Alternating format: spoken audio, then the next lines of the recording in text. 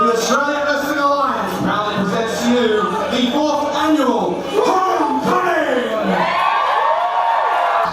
Welcome to AWA Homecoming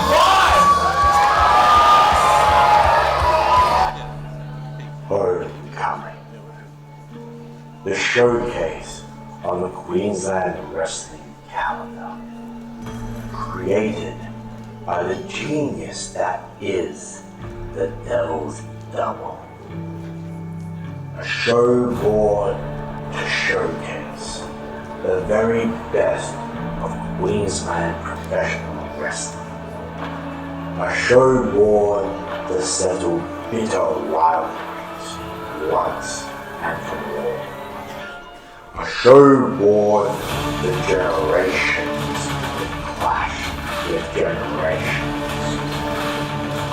Tonight, it has been reborn by the Creator himself. Ladies and gentlemen, welcome to Homecoming!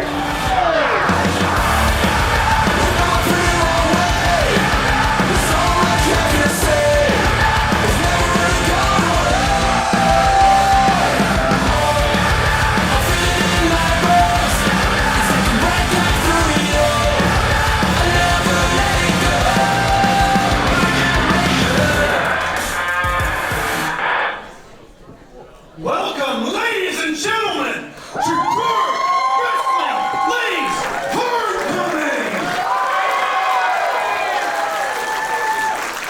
We're here, right here, in Chermside, in a sold-out show! We've got a few good matches on tonight, wouldn't you agree, Mitch? Absolutely. We've got the Pro Wrestling League Tag Team Championships on the line. The Queensland Openweight Championship is on the line. And the Pro Wrestling League Championship itself is on the line. Are you guys excited to see Yeet Stevens versus Utomi? What about our Queensland Openweight Champion, Craven? That's nice. Well, guys, ready to kick off the show? Come on, guys, a sold-out show right here needs to be a little bit louder than that. Come on, are you guys ready for some pro wrestling? Hey team, how are we? Oh, a bit disappointing I didn't get the same cheer, but that's alright. Team, before we get into it, I've got something from the heart for you. So, this is Bonnie. She's a puppy dog, as you can see. Now, Bonnie has lymphoma, which is cancer of the blood, and it's terminal without treatment. So tonight, up the back at the merch table, we do have 50 of these to go. They're $5 each. Any donation is welcome, and there's a QR code for the GoFundMe. So please, get behind the support, because it's $16,000 to support them.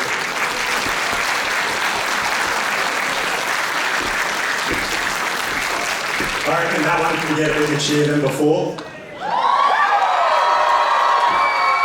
Alright, now, let's get on with it. Before we get on with it, Mitch McCarthy, firstly, welcome back. But you have failed to tell these people that there have been some changes to tonight's card, but that's okay. Allow me to inform everybody. Roll the video, please. Great. Yeah. Gentlemen, tonight, big night, homecoming, coming back from the dead. So good. The fans are excited, the wrestlers are excited, I'm excited, but tonight the show just likes a little bit of flavor.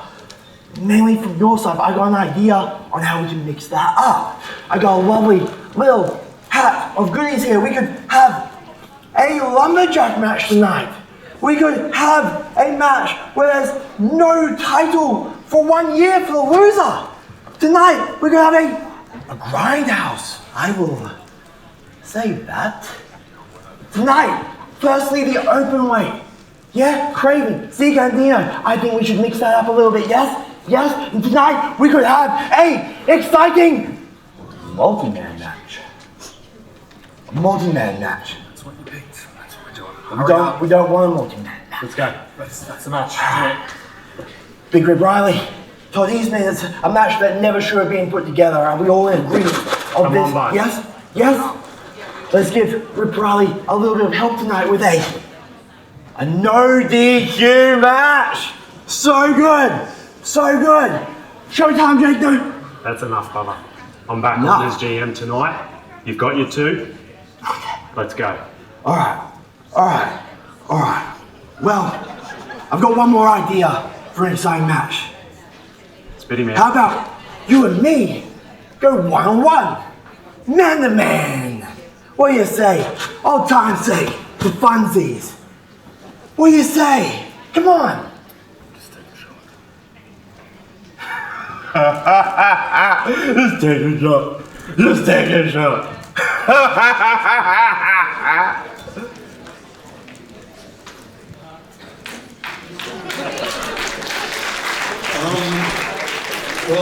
I guess, ladies and gentlemen, what our fearless co-owner has just said. Our next match is a multi-man match, and it is for the Queensland Openweight Championship.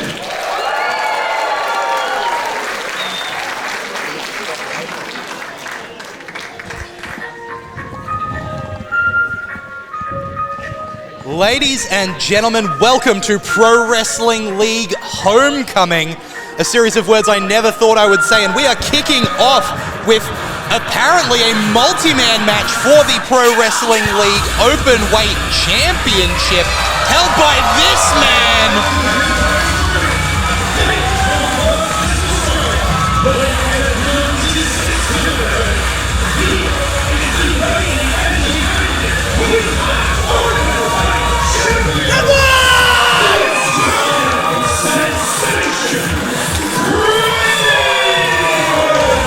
My name is Lachlan Albert. I am joined at the commentary desk tonight by the man in the ring, Bastion James, as well as our general manager for the night and former co-owner of Pro Wrestling League Smash Face, Mitch McCarthy. Mitch, you've been to one or two homecomings in your time. What's the vibe like tonight? Mate, it's a little bit different when my heart sits with Pro Wrestling League, but AWA and Homecoming was such a big part of where we are now. Definitely an exciting time to be a wrestling fan here in Queensland. Maybe less so if you're not a fan of the Devil's Double, which I don't think many of us are.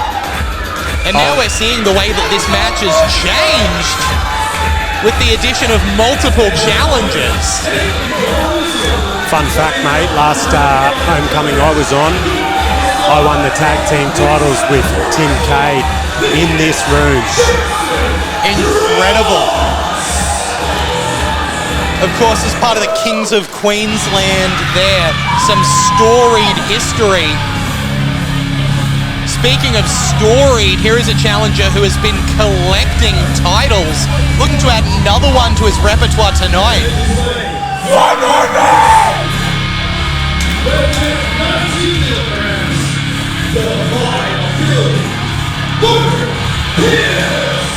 He's a tag team champion as part of Undeniable. He's a tag team champion as part of Avarice. Now Logan Pierce looking to add the Openweight title to his collection. Meanwhile, making his Pro Wrestling League debut, the young prospect, Marston Holmes.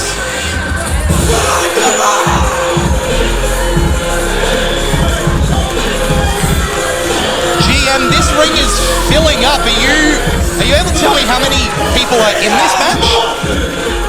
Mate, I honestly don't know. I'm a little bit in awe of his jacket. Is that an ode to Holmes? Looks like he's trying to stay dry as a bone in this match tonight. Oh, I appreciate that one. Oh, and here is a huge addition to this match.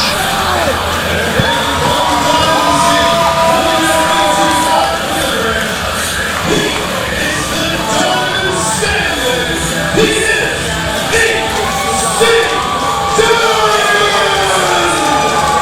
Diamond, not just a former Openweight champion, he has been to the top of the mountain.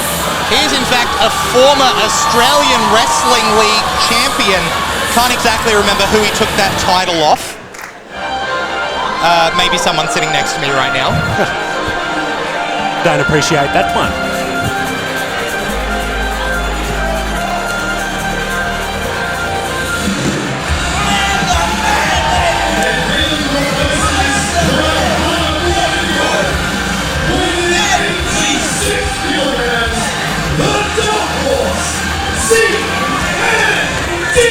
And you can see EC Diamond going right for Zeke Andino.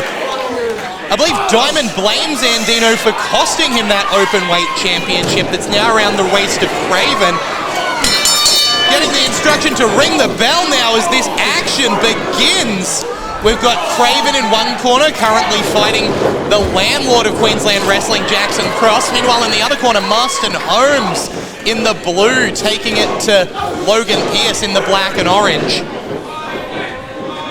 This match could become chaos very quickly as Craven dives with a crossbody off the top turnbuckle.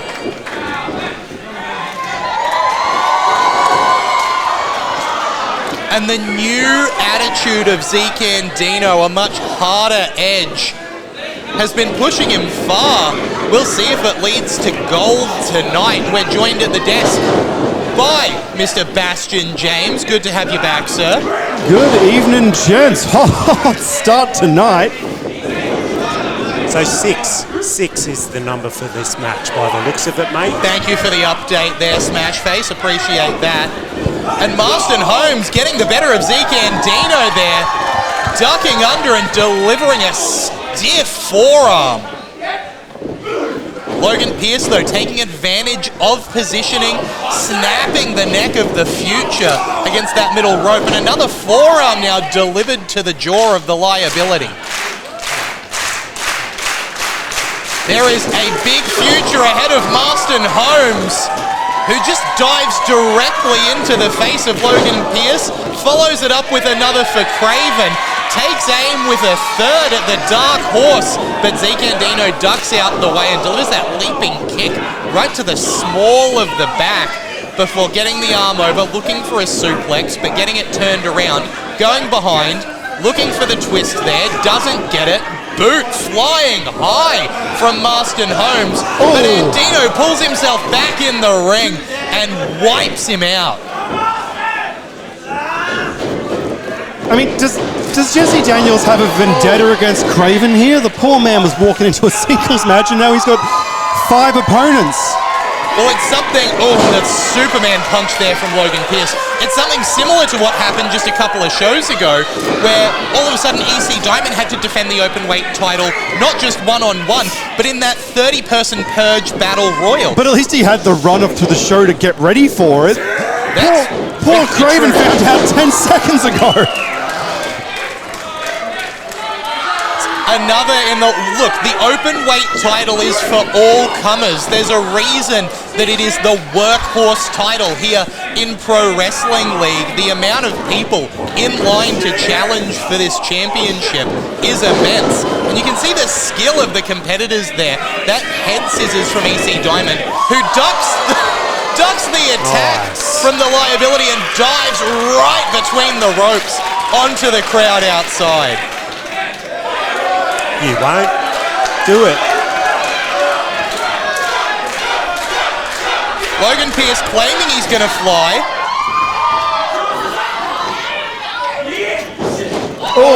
Takes a stiff fist from the landlord, Jackson Cross. That was very clever by Cross. Who now has Logan Pearce up and... Here's a chiropractor's dream.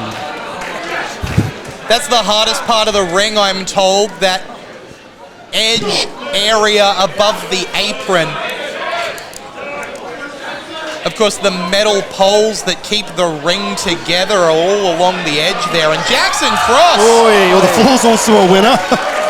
My goodness!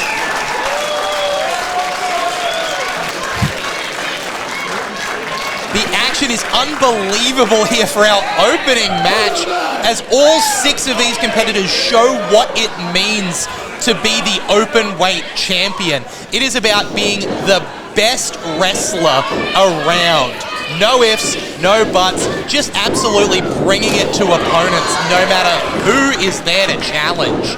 Right now we're seeing EC Diamond going up, looking for the Diamond City Sunrise on Jackson Cross. Almost got the landing there, but I think he may have hurt his ankle. Jackson Cross, a very tall competitor. That is a long way to fall. We're seeing now the ring filled back up with all 6 competitors.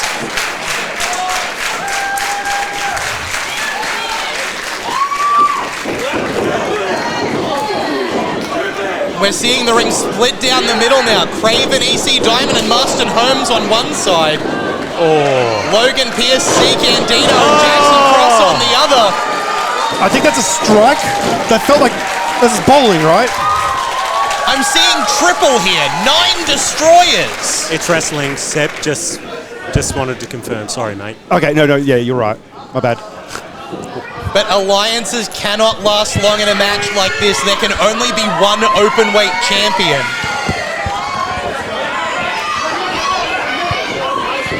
And Marston Holmes seems to have been kind of pushed out of that conversation there. He's back in now. The young prospect holding his own against storied competitors Craven and EC Diamond. He may not have the history that these two guys have together, but his punches hurt all the same. Tell you what, a finger snap like that is going to hurt no matter what. You've got to think that every one of these strikes that Holmes delivers is going to be sending jolts through that snapped joint. He sends Craven chest first into the turnbuckle before flying in with the back elbow, followed by the enziguri. There's a reason this kid is called the young prospect and the future. Went for another enziguri there, but copped a super kick for his troubles from EC Diamond, who now goes for Craven, but Craven rolls through, now sent up over the top rope. An enziguri from Craven over the top rope there. Leaping knee from Jackson Cross. Now Craven going up high. Cross meets him there. Looking now for the superplex. Oh, he's over the armbar. Right into the armbar. If there is a tap right now, he's going to do, a leg drop from the liability. Could Logan Pierce be adding the openweight title to his collection? Marston Holmes with a crossbody right across the jaw. The sound of that back chop from Craven echoing through the Kedron Wavell here tonight. And he's got it set up. Planting Marston. But maybe taking a little too long to brag as Zeke Andino goes right between the legs. Yeah, no DQs in a multi, man. Very smart. Completely legal.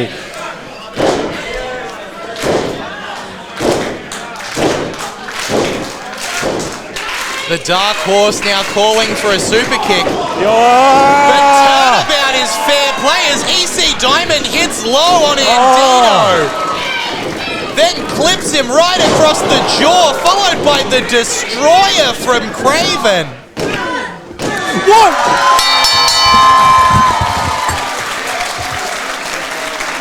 Your winner, and still Queensland Openweight Champion, Craven!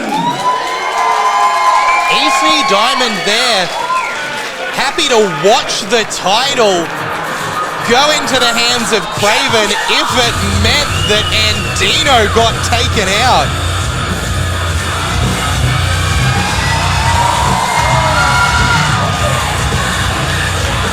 What do you make of a scene like that, Smashface? Mate, one side, you can't fathom what EC just did, but then on the other side, I completely get it.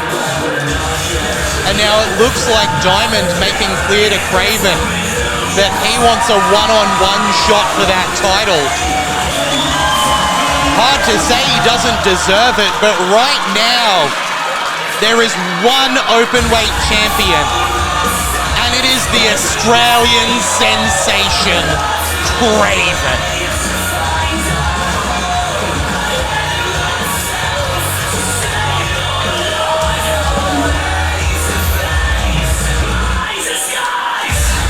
What a way to start. The following is a singles match and is scheduled 4-on-4.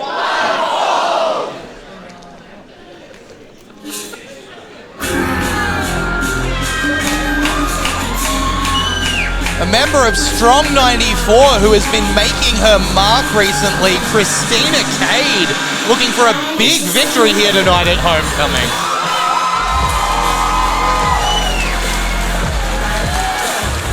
Cade is absolutely a crowd favourite. We'll see if she can take that energy and use it to get the win here tonight. Hailing from the Gold Coast, weighing in 65 kilograms, she is representing Strong 94, Christina Cade! Smashface, you've had your ups and downs with Strong 94 in the past. What's your take on Christina Cade? Mate, she just needs to believe in herself, in all honesty. She's got the makings. Once she has that penny drop for herself, she is going to go far. Easy to say, but self-belief gets hard when you look at someone across the ring and they are as dominant as the alpha of culture, Eugenie.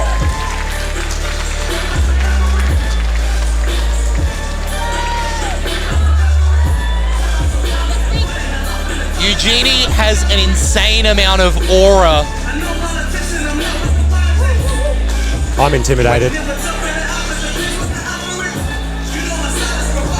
Only a few weeks ago down in Melbourne, Eugenie, who holds the MCW Women's Championship, by the way, was in a match not just against the person who's looking to challenge her for that title.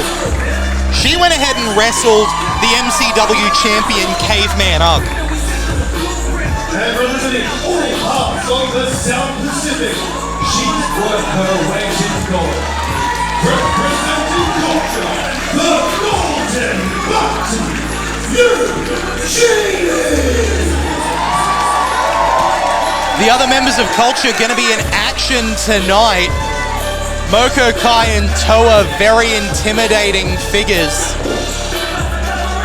But it shows you just how tough this woman is that they follow her. She is not called the alpha of culture for no reason. Eugenie is a powerhouse. Christina Cade, a lot of power in a small frame.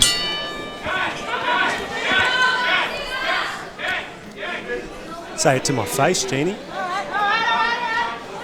If you're going to fight Eugenie, can you keep me as far away as possible? No, I've got a shifter, I'm all good. She is a scary competitor. And you can see there the power managing to just take over Christina Cade in that first lockup. While the reach and the power will be with Eugenie in this one, Christina Cade clearly with a speed advantage, and you can see there the way that gives her that technical ability to take down the stronger competitor, managing to get a 1 count. But there's the strength of Eugenie resisting that low arm drag instead of applying pressure to that left shoulder. This is too easy!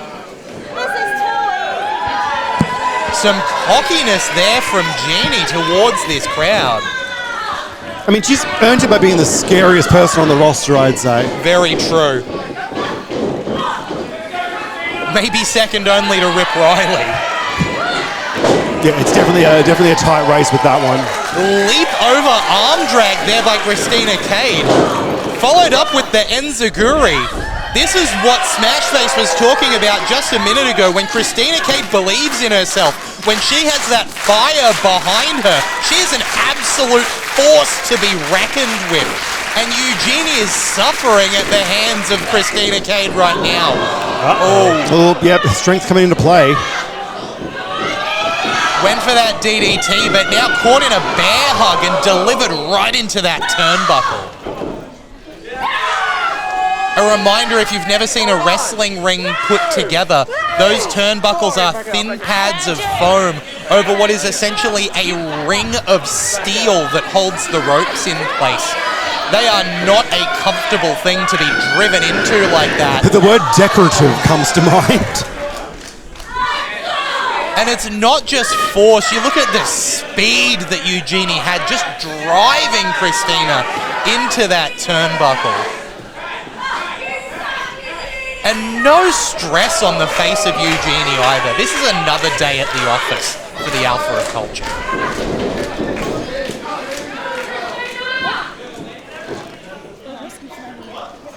Smashface, you've spent a lot of time in the ring. When you're in the position that Christina Cade's in right now, when you're fighting from underneath, what do you think she has to do to keep doing that, to keep kicking out at 2? What will Cade have to do to overcome Eugenie? It came back to what I said before. You just got to keep believing, because when you're in that position, it's very easy to be down and out. So you just got to keep coming.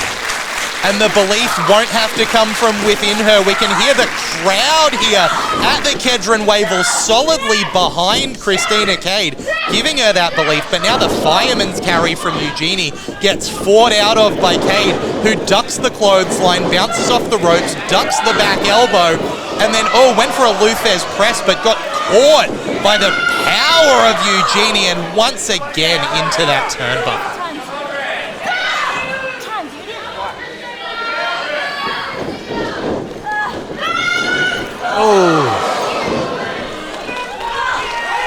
Those splashes cannot be comfortable. You can see Christina Cade just using the ropes to get to her feet, having to fight for every breath at the moment. Meanwhile, Eugenie remains in control. Irish whip into the turnbuckle and follows it with another splash.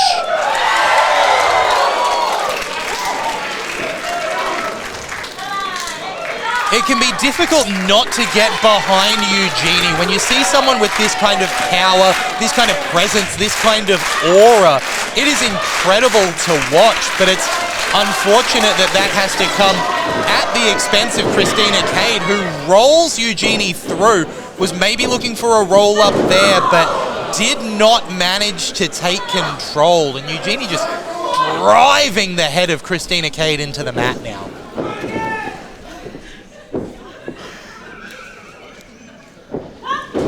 Once again, Cade, Irish ripped into the corner, but this time manages to land right on the back of Eugenie and turn it into a backstabber. Be as strong as you want. If your back is taken out, you ain't lifting anything. And you would have noticed that Christina Cade managed to hold up over that top rope just that little bit longer to land right on the back of Eugenie there. Incredible strategy, perfect timing. Leaps through with that shoulder block, now coming off the ropes, and a low clothesline right across the neck of Eugenie. The women's division here at Pro Wrestling League, absolutely brutal. You're seeing these kind of strikes delivered right to the neck, right to the small of the back, into those pressure points. And there's the satellite DDT as Christina Cade comes off the top rope, but only gets 2.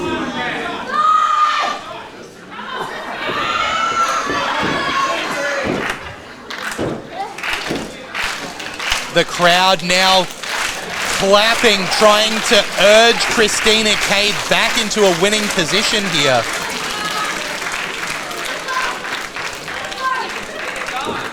Bastion, what would it do to the landscape here in the women's division of Pro Wrestling League if Christina Cade could get this win over Eugenie?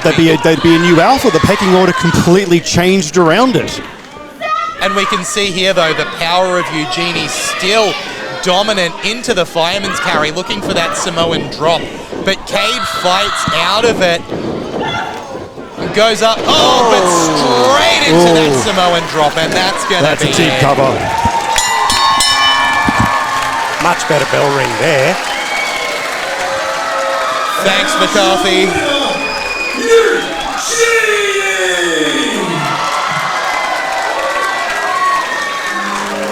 Eugenie showing off the dominance of culture.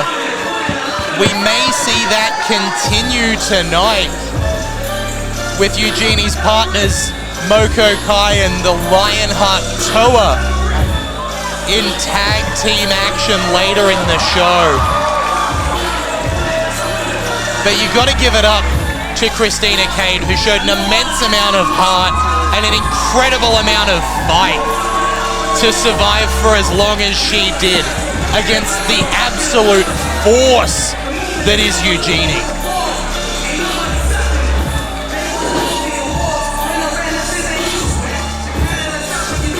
Wonder if we'll see the same from the two boys later.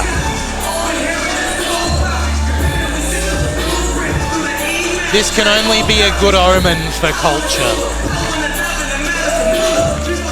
And it can only be a sign of Eugenie's dominance of the women's division here at Pro Wrestling League continuing.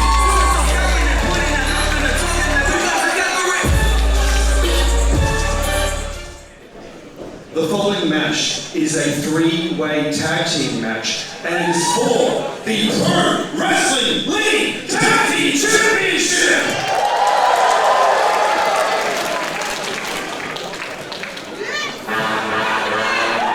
The tag division here in PWL has been hotly contested for some time, and the three teams we're about to see have been in a long-term war over these championships.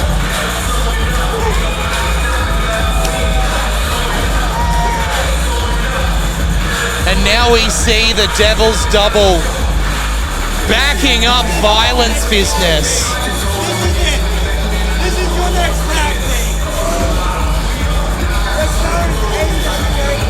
Those AWA Tag Team Championships being held by Violence Business right now.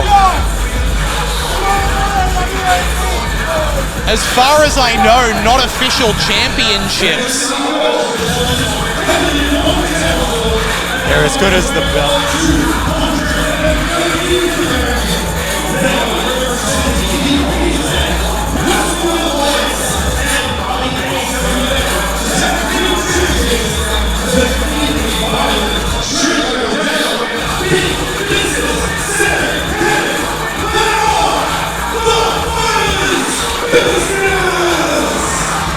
And these are two scary men. Trent O'Day is sadistic. And Sam Cannon is an athlete at a size that shouldn't be possible.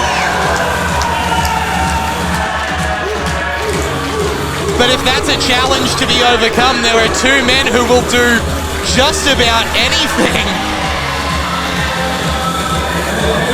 Yeah, good.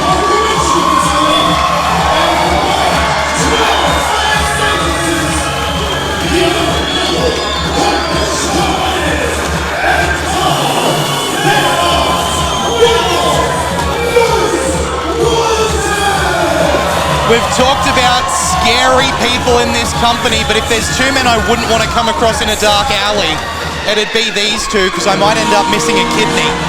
That's a fair assessment, mate. But right now, neither of those teams are the Pro Wrestling League Tag Team Champions. That honor belongs to these men. Let's go!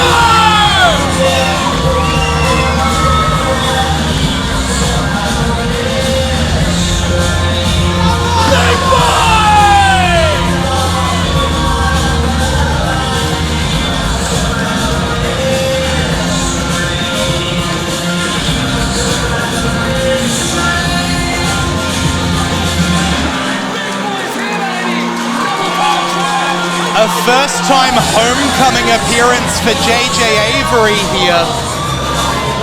The same can't be said for Renegade, a man who has been around, especially in the tag team division. If you go back, a member of Street Revolution. Same as Kelso.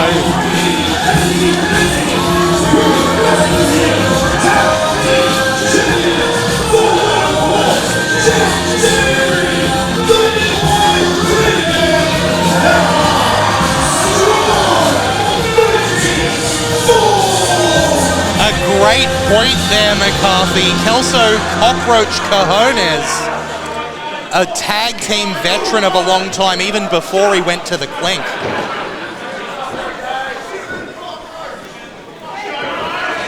Definitely a first-time homecoming show, though, for Violence Business.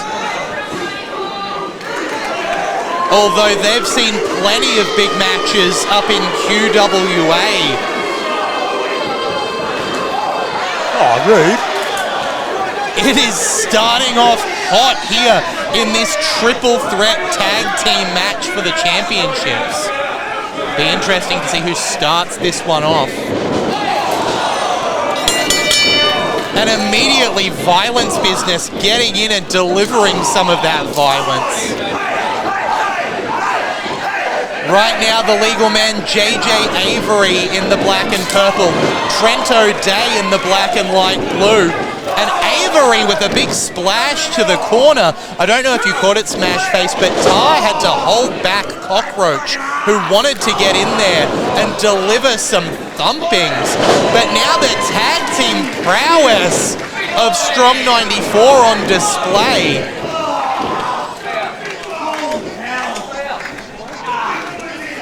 Trent O'Day not happy with that combination he just took. The low Meteora from Avery, the splash from Renegade, but now that forearm right to the back of the neck of the big boy turns the tide of the match as Big Business Sam Cannon makes his way in, and a couple of big fellas going for it now. And oh my goodness! And being a big boy doesn't beat big business. But there's another big fella on the side as Tar knocks down Renegade.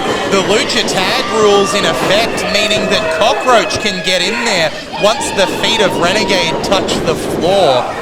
And the kick there from the uniquely violent Trent O'Day, taking every advantage he can. Oh! Crumpled in half, my God. I thought Kelso had outsmarted then. And that could be a serious problem for Cockroach.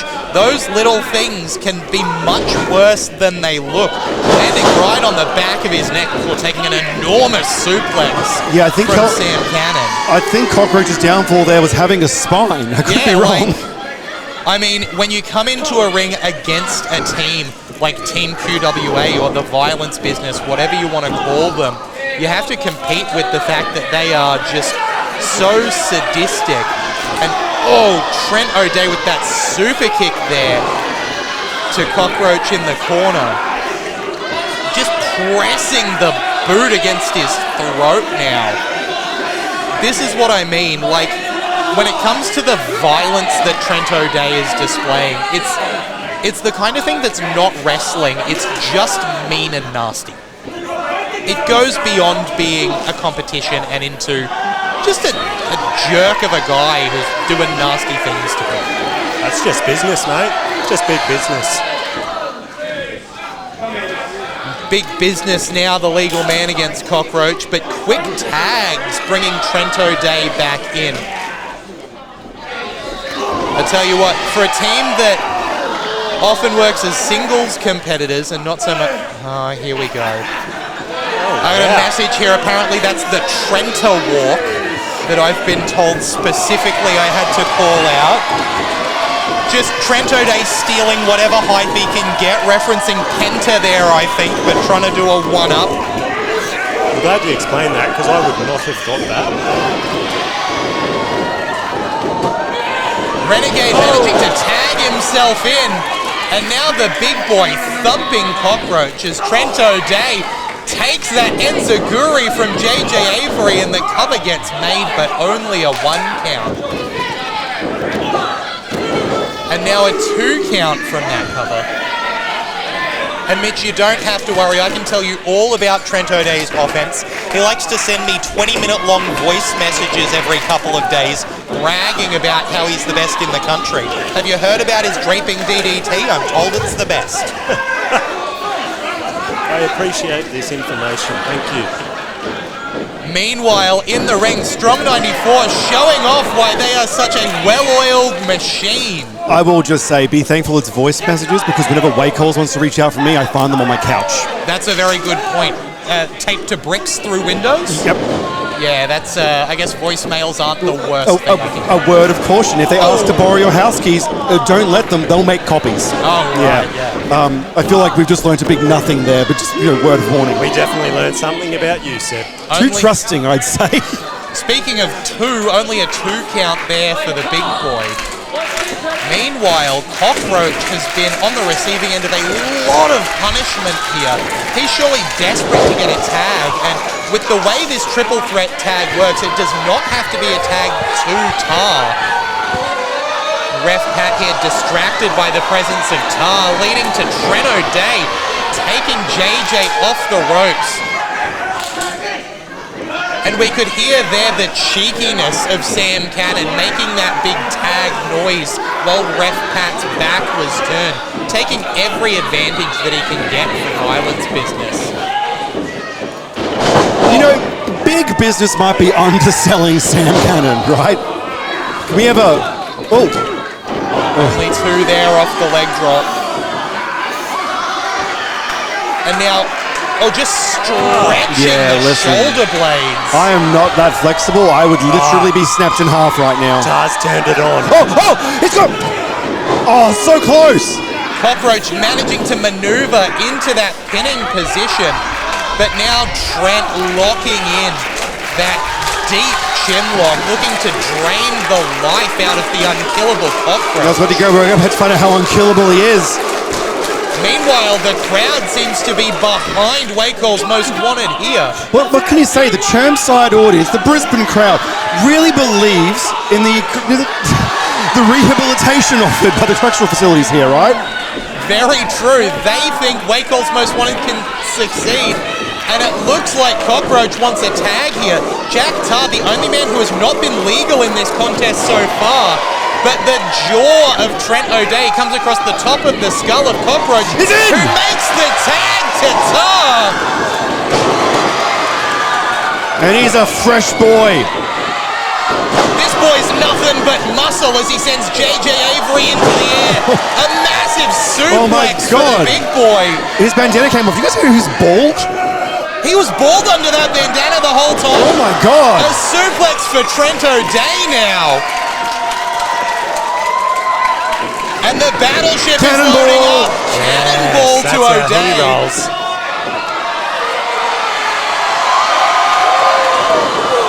A second cannonball to the big boy. Now, last show he hit 4. Let's see if he can do one more than that tonight. Poor JJ Avery getting absolutely destroyed by that cannonball. Speaking of cannons. A forearm to the jaw of Sam Cannon and return. Yeah, because his name's Cannon. Yeah, I think, I got one too. We're going to need a bigger boat here. Oh, yeah, because it's like Jaws, yeah. And now let's see if the strength, almost managing to get Sam Cannon up, but Cannon managing to fight out of it. And Sam Cannon, with just no stress, picks up Tar, but Cockroach manages to get him down. And now, oh my goodness! You see the dip in that ring? My God. The amount of meat that just soared through the air is incredible. The amount of moves in Cockroach's arsenal. He can be going for anything right now. What's he going to do from the Absolutely top? anything. That makes sense. Classic. The crowd here massively behind Wakeall's Most Wanted. Ref Pat trying to get some control as the two men load up for the double dog shot. But the partner of Sam Cannon, Trent O'Day, tries to break it up but takes a shot. And now Sam Cannon, just with that extra time to recover, hits a double clothesline on both members of Wakeall's Most Wanted. Rolling Thunder drop kick by Avery. Cannon with the, O'Day with the attempted cutter, but pushed out of it by Avery. Caught into, here's what he's talking about. That might be the most beautiful draping DDT I've ever seen in my life. What do you think, Lachlan? You've gotten the voicemails as well, Seb? It's pretty good. I don't know if JJ Avery will be present for the rest of this match, but it's a good thing his tag team partner is the big boy Renegade. Oh, cutter! Oh, a cutter from Trent O'Day, and now lifted up by Big Business. We've got new champs, guys. Oh, they'll be double champs. It'll be so obnoxious. That world's strongest slam delivered. Oh, thank God. But now Cockroach up on the apron.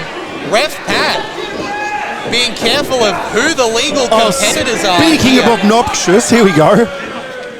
There was a picture in the dictionary. There it is. The Devil's Double delivering those AWA tag team titles to Cannon and O'Day. Remember, this is a multi-man match, which means no disqualification. There is no AWA. These may as well be toys from Kmart. Now setting up for a double dog shot, it seems, with the belts. Oh, they missed.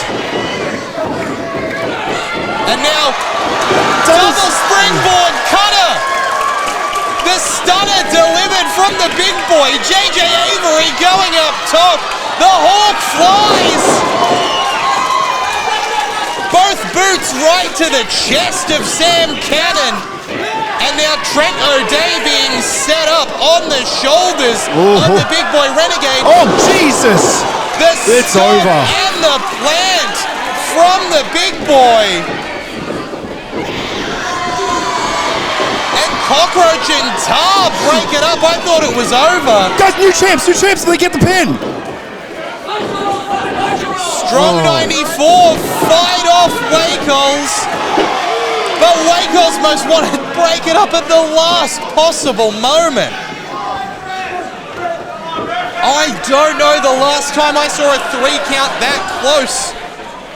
Tar and Cockroach managing to save the matchup. Oh! And it is just a slug off here.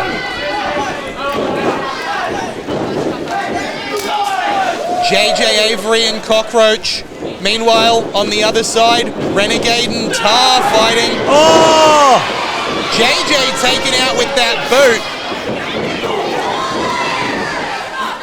And now the Fireman's Carry overcome with the help of Cockroach. Double dog punch! Double dog shot out of nowhere as Renegade went for that handspring stunner. And they're calling for it again. Double dog shot to Avery. Double homicide, middle of the ring. Oh, God damn it, Jesse. Jesse Daniels has just pulled Ref Pat out of the ring, stopping him from making the 3 count. On Violence Business have those AWA titles again. They may just be toys, but those are solid steel right to the skulls of Wakeles Most Wanted.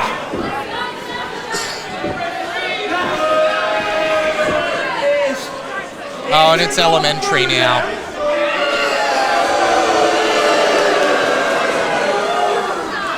Let me give you an evergreen statement. We were having such a lovely time, but Jesse Daniels. Oi. What is this? There's one man who was not booked on the show tonight. Undeniable Bobby Bishop. Get him in the ring. Bobby Bishop with that clothesline, taking out O'Day. Pile driver! Him with a pile driver. That's all legal in a multi-man. The fun of Jesse Daniels has been ruined. That drop kick right to the back by JJ Avery, and now the cover. Yes! The champs have retained.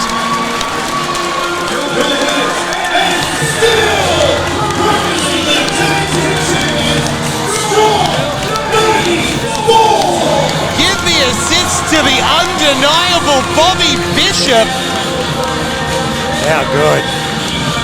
After the explicit cheating of Jesse Daniels, Bobby Bishop came out here and saved this matchup for Strong 94. I'm disappointed for Wakeles, but I'm glad it's not Violence Business. You can say that again, Mitch. Good work, Jess. Good work, bud. Not super comfortable here being between the Devil's Double and Smash Face. There is a lot of bad blood here. Almost as much as the bad blood between Bobby Bishop and Jesse Daniels. Or the bad blood between Trent O'Day and Bobby Bishop. There is just a lot of hate in this room right now. But through all that hate, there is one thing I love, and it's seeing these two gentlemen raise those titles high. Congratulations to the big boy Renegade and the one-of-one JJ Avery, your tag team champions, Strong 94. Did you see them ones, Trent? Did you see them ones?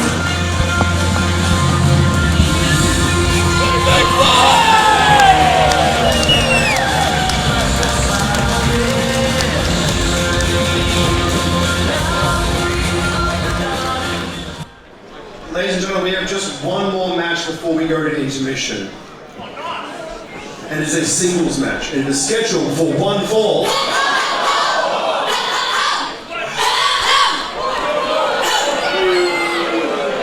I'm back! Seb, I think it's time for PWL's premier announcer to take over. Don't agree with that, but... So Miss Scarlett, obviously employed by Jesse Daniels. Daniels ring. I'll take it from here.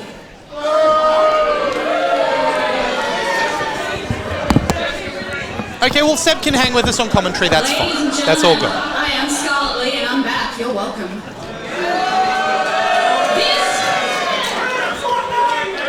Music to my ears. It's good to see you two. Ladies and gentlemen, this next match is a singles match scheduled for one fall. Yeah, you guys still do that thing. That's cute.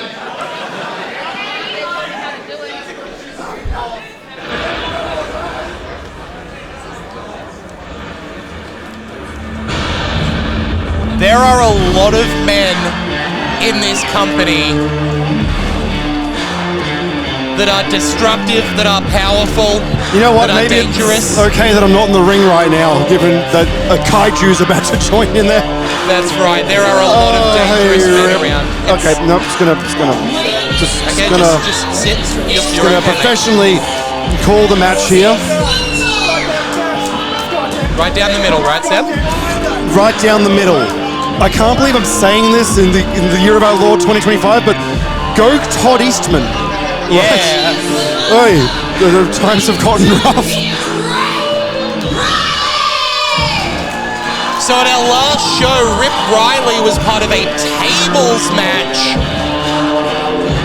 as part of a gauntlet that Bobby Bishop and Mitch Ryder were subjected to.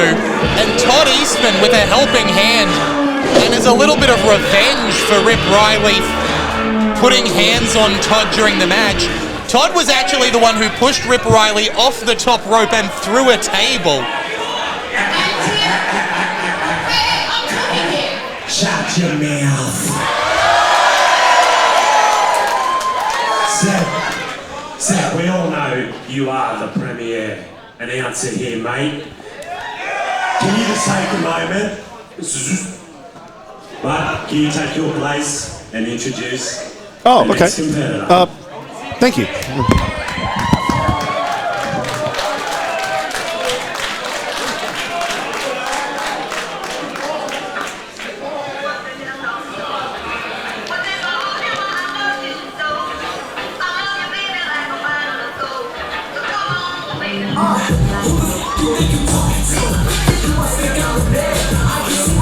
Two-Shot making his entrance here. Oh, okay. And this is their way to the ring. Accompanied by the second best manager ever, Mitch Ryder. Two-Shot Eastman! It is a wild feeling to hear cheers of support for Todd Eastman.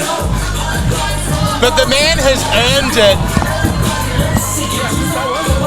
in a lot of ways, especially because I don't know if there are many men in this industry who would willingly step up against the monster Rip Riley. I did speak to Todd earlier today. He told me he was worried, he told me he was nervous, but he also told me that he wasn't backing down from a fight.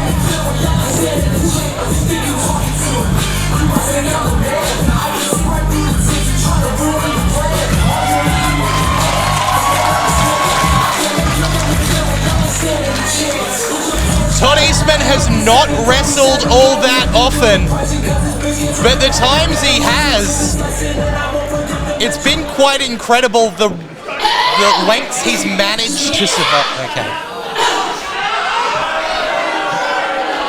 Just an FYI, guys, as per order of Jesse Daniels, the real boss around here, this match is no disqualification. Now, Rip Riley has a history in no disqualification matches of sadism, of violence. I'm sitting next to a man in Smash Face Mitch McCarthy who has had skewers driven into his head by the monster Rip Riley in no disqualification matches. Mate, there's been a few there. It's been a different playing field when you go up against that man when there is no rules, no disqualification. Well, listen, the pro wrestling shows are eventful. You can say that again. Well, listen, the pro wrestling league shows are eventful. You can say that again. I'm not getting stuck in an infinite loop. I'm not ChatGPT. And credit to Todd Eastman for standing his ground again. Was that a Mongolian chop and then a stop right to the toes of the Toddy, buddy, get a gun. Oh, that back elbow from Rip Riley. Tranquilizer dart or whatever else you take out a rhinoceros with. I don't know. Another bigger, friendlier to you rhinoceros, perhaps. I don't know if you saw the face of Todd Eastman after he got just annihilated by Rip Riley there, but immediately his eyes went glassy. Over a body. Oh, no. Oh, you hate to see that. Yeah, it's over. Rip pulling Todd. God, it's going to be... That is not good. It's going to be absolute hell. The belief is strong, at least. Something strong. As some people may know, I work on Wrestle Radio Australia with Todd Eastman.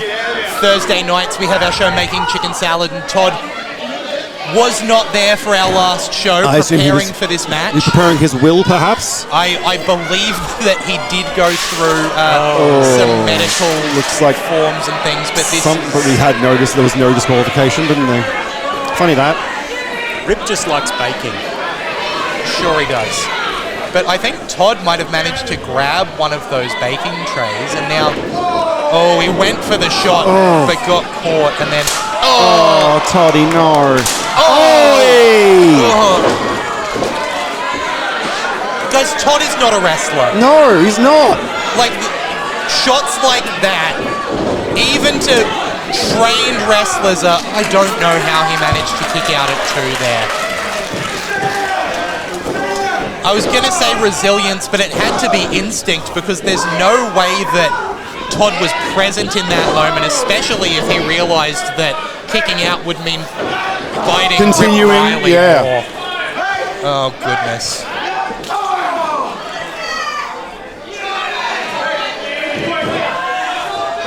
Mitch Ryder on the outside trying to will some energy into Todd Eastman, who's now been put up on the top turnbuckle. And jumping onto the back of Rip Riley, trying to get that sleeper hold on by the looks of it. I'll give Todd his worth. He's lasted more moves against Rip Riley than I did. That's very true. And now the back elbow to the charging Rhino that is Rip Riley. Go, Bison! Oh, he's too heavy. And once again, Todd kicking out at 2. In fairness, he didn't take a move just then. He did have Rip Riley fall on top of him, but kicking out at 2 after that, very impressive. Toddy, mate, love you. Just take the L and survive. And a show of defiance there from Eastman. The finger right to the face of Rip Riley. I am glad it's not me in there, I've got to say. Yeah.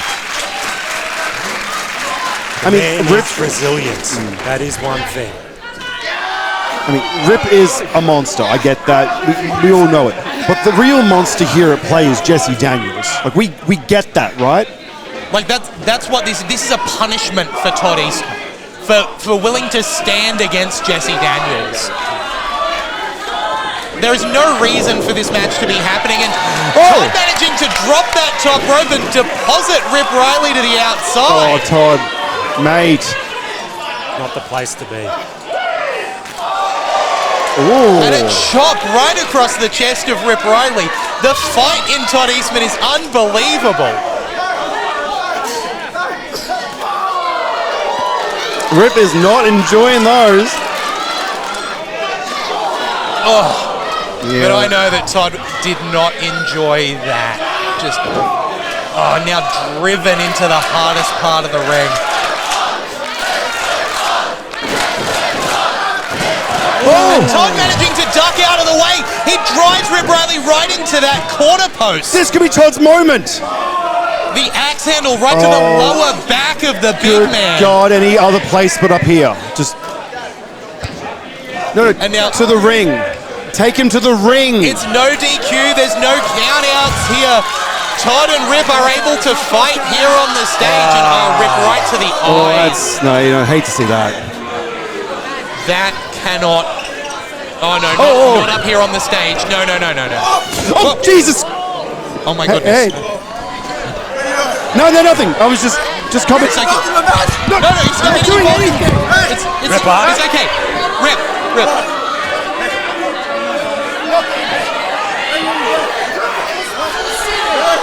Bastion has now been picked up. Bastion James was doing nothing here.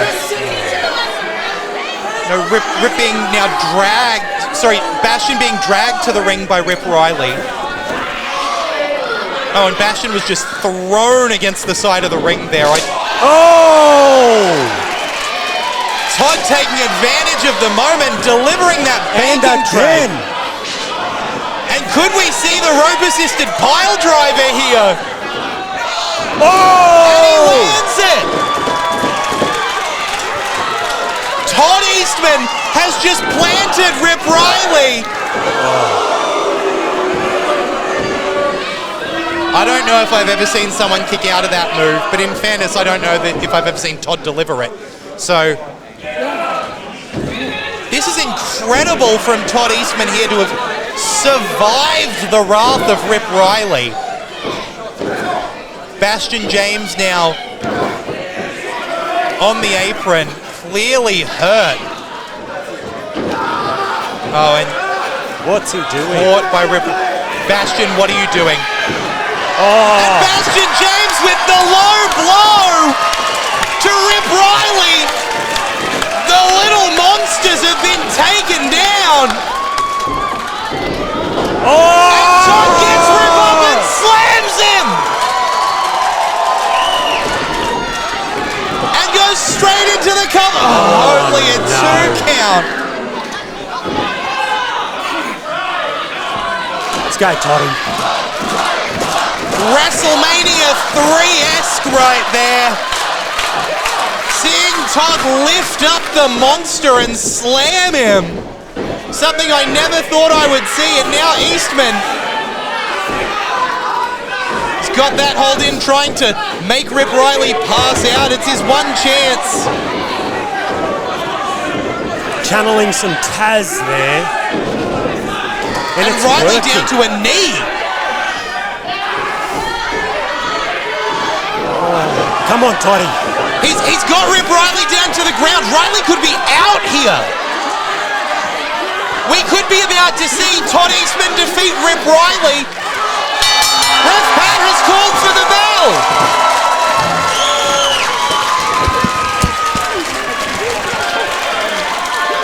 Do your job.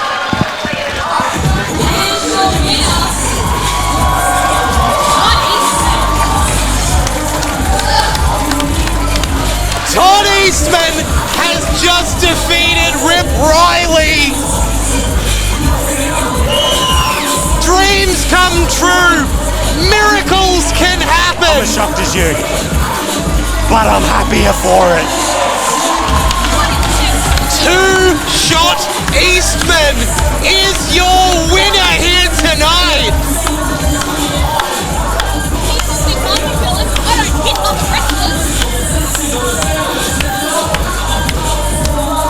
I cannot believe what we have just witnessed. Oh, and Jesse Daniels is here. That scared the bejesus out of me.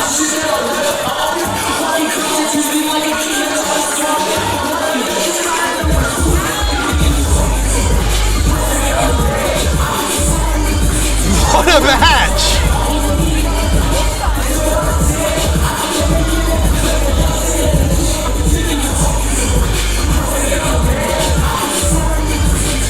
Sebastian James, where do you think you're going? Back to his seat. I specifically banned wrestlers from interfering in this match, but I didn't think that anyone would be stupid enough to actually try. You went into the ring and you put your hands on another wrestler. Rip started. This is ridiculous. Sebastian James, you left me absolutely no choice. As of right now, you are suspended indefinitely. What?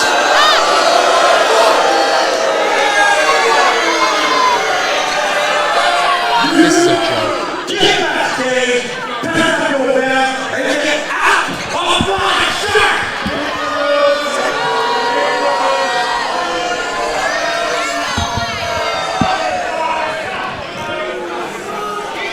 I'm on my best behavior right now. Best behavior.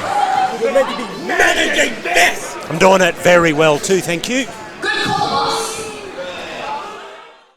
Look, it's me, everybody, your favorite announcer, Seb. Ha ha, just kidding, he's suspended. Well, that was a bit of fun. Welcome back to the second half of the show. Are you enjoying it? I don't care. Your next match is a four-way tag scheduled for 1 fall. Yeah, we gotta do it.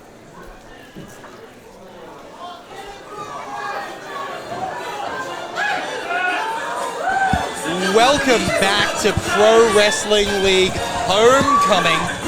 Commentary desk was looking a little bit empty for a second there. Just me and Smashface Mitch McCarthy. But for this tag team match,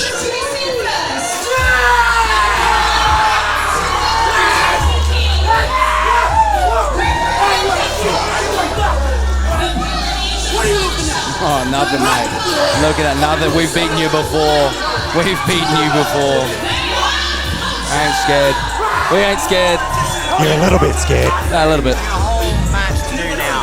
you've heard some guest voices at the commentary desk now because the Pro Wrestling League Tag Team Champions are here. Strong 94.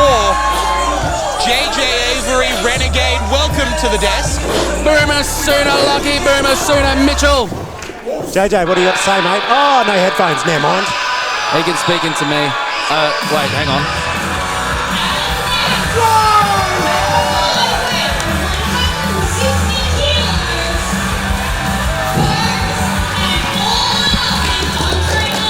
Oi. This four-way tag match is going to have some big implications for the you make them yourself. Title scene. How good's tassels? There's some good-looking tassels on Bones of Good Boys Inc.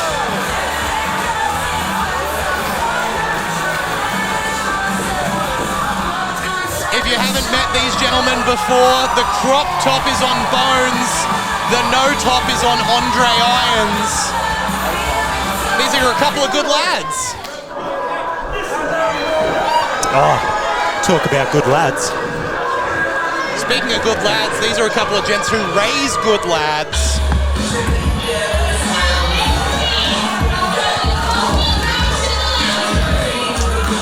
Look, now we've broken for. Yes, we can.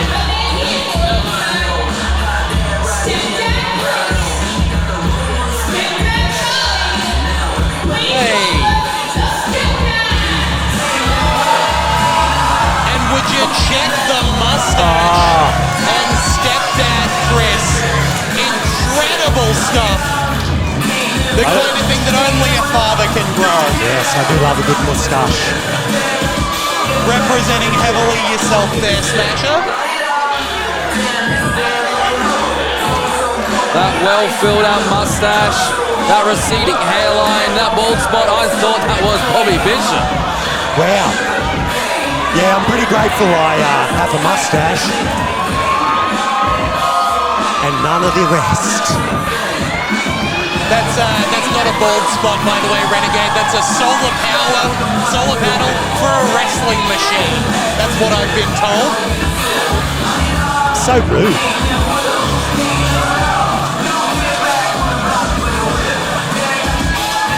Definitely going to be a clash of styles here tonight. As the final tag team makes their way out. Business has picked up. So something else.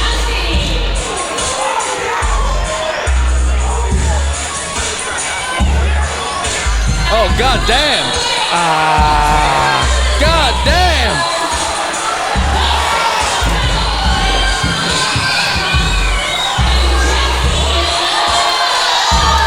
This is the PG show. The sexy cowboy Carl Parker here teaming with Jesse Love tonight. Is that allowed? Are we allowing this wrestling gear? Apparently. That's not PG. It's aerodynamic.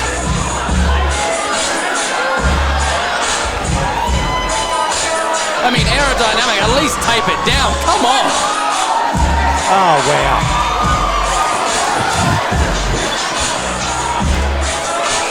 Can we get some gear? Can we get some gear for Carl? Just give him some boots. I think that's all I want to see is some boots. He's literally wearing socks. What's happening?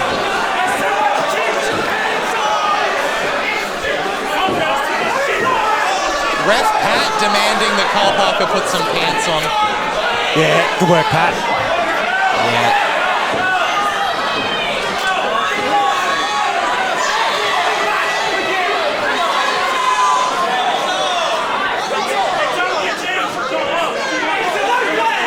They're telling them to put some pants on.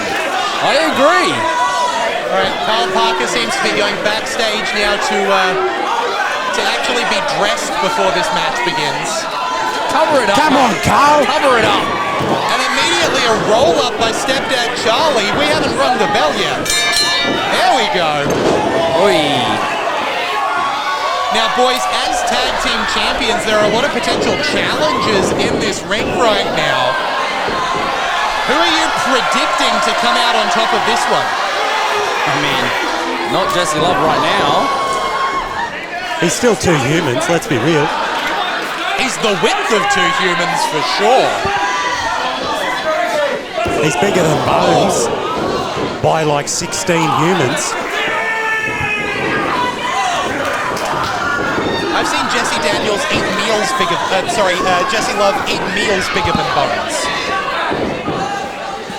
And right now, two Goliaths in the ring as Jesse Love locks up with the Lionheart. Toa. Uh-oh. You know what, I think... Can you say anything so anyone's a threat here? Like, look at Culture. That's probably one of the most dominant tag teams in recent history. But we beat them. We've done this before. You know? You're not out here to just talk yourself up, mate. Well, that's what I'm going to do. That's what I'm going to do. We are the greatest tag team ever. Questionable? Well, it's not. Good Boys. I'm asking questions. JJ, shh. Good Boys Inc. taking the fight to Moko Kai now. Of course, you've got some experience yourself as a tag team champion there, Mitch. Member of the Kings of Queensland. Yeah. How long ago was that, though? I've been Renegade multiple times. Yeah, but who retired you, Mitch? Wow. Was it Humanity? Yeah, my knee and ankle. Huge action going on in the ring now as Bones delivers that rolling forearm to Moko Kai, but only getting a 1 count on the Polynesian Punisher. Imagine if one of his bones did connect you. Split. Andre Irons now, the legal man, making the tag. And Good Boys Inc. currently in control. But that did not last long as the strength of Moko Kai allows him to just toss Bones into that top rope. And now the tag made. The Samoan Lionheart, Toa, just absolutely throwing Jesse Love into the corner. And Jesse Love now, without a partner, but still managing to hold his own.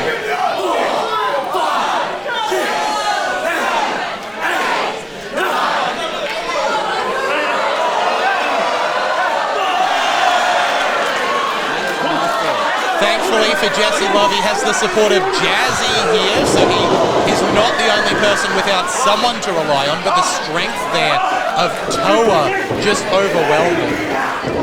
I'm not going to acknowledge what you said there, Jake. I'm going to move right past that. Jesse too. Where is Carl? That's what I was just about to say. What is going on?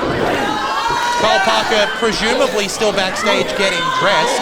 Meanwhile, a spear attempt there from Toa gets blocked by the knee of Jesse Love, who manages to plant Toa right in the middle of the ring. He doesn't have to tag. He's got nothing to tag. That's the main thing of a tag team match. Change corners. In a four-way match. He's got gear! He's got gear! If he had gear the whole time, why did he come out in that? Kyle Parker now legal. Oh! Managing to deposit a stepdad, a member of culture, one of the good boys now delivering it. Mitch, what do you call that? You've been doing this a lot longer than I have. Full Nelson thrust. Thank you, Mitch. Oh. Well analysed, Mitch, and now... Oh my. Get the table. Oh, no. Get the oil. There is a lot of gyration happening in this match.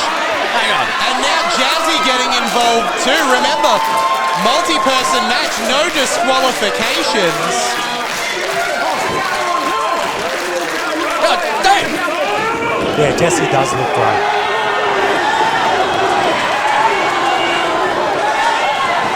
That is one hell of a man. Combination of Bronco Busters and Stink Faces going on there to all 6 of the other members of this tag match. Kyle Parker, I guess, the freshest after spending a lot of time backstage while other men were wrestling. Oh, and delivering the knee right to the jaw of Moko Kai. Stepdad's making the save. You are right, JJ. Good input, mate. I don't understand the appeal of Parker and Love as a tag team. I understand the appeal of them physically, but they're a throw together. How can they expect to get on the same page to be a tag team? Well, the same thing could have been said about Good Boys Inc., but they've become a well-oiled machine. Incredible tag team maneuver there from the Good Boys. What'd you say, JJ? Am I getting a pair of headphones? I can't hear anybody. No, you're not. I'm sorry, mate. We've got 3. And there is the, looking for a neck breaker here is Jesse Love with some more gyration. Got to be over 16 to get a pair of headphones, mate. And dropping both of the Good Boys in one motion. Hang on. JJ's taking this. Culture just decimating there, and now Kyle Parker managing to fight. We've got some sharing up here at the commentary table. That's what good tag teams do. We'd love to see it. Here I am. Was that his G-string? It might have been. You know, when they throw the bouquet at a wedding, it's the next person to get married. If you catch the G-string, you're the next person to get... And there is a huge boot from Moko, followed by the spear from Toa. Now Moko on the top rope and dives! That could be it. Alright, there we go. I guess Culture is next in line. Credit's due. I did say we've been well, but it wasn't an easy win. You know what? To be fair, as long as it's not Wake Cole's most wanted, I'm Stop happy. talking while she's talking. Why did we give you a set of headphones? I've done it twice tonight, mate. Don't worry about it. Okay. Great effort by the stepdads. Here we go. Cheers. Doing very fine. Well played to Carl Parker and Jesse Love.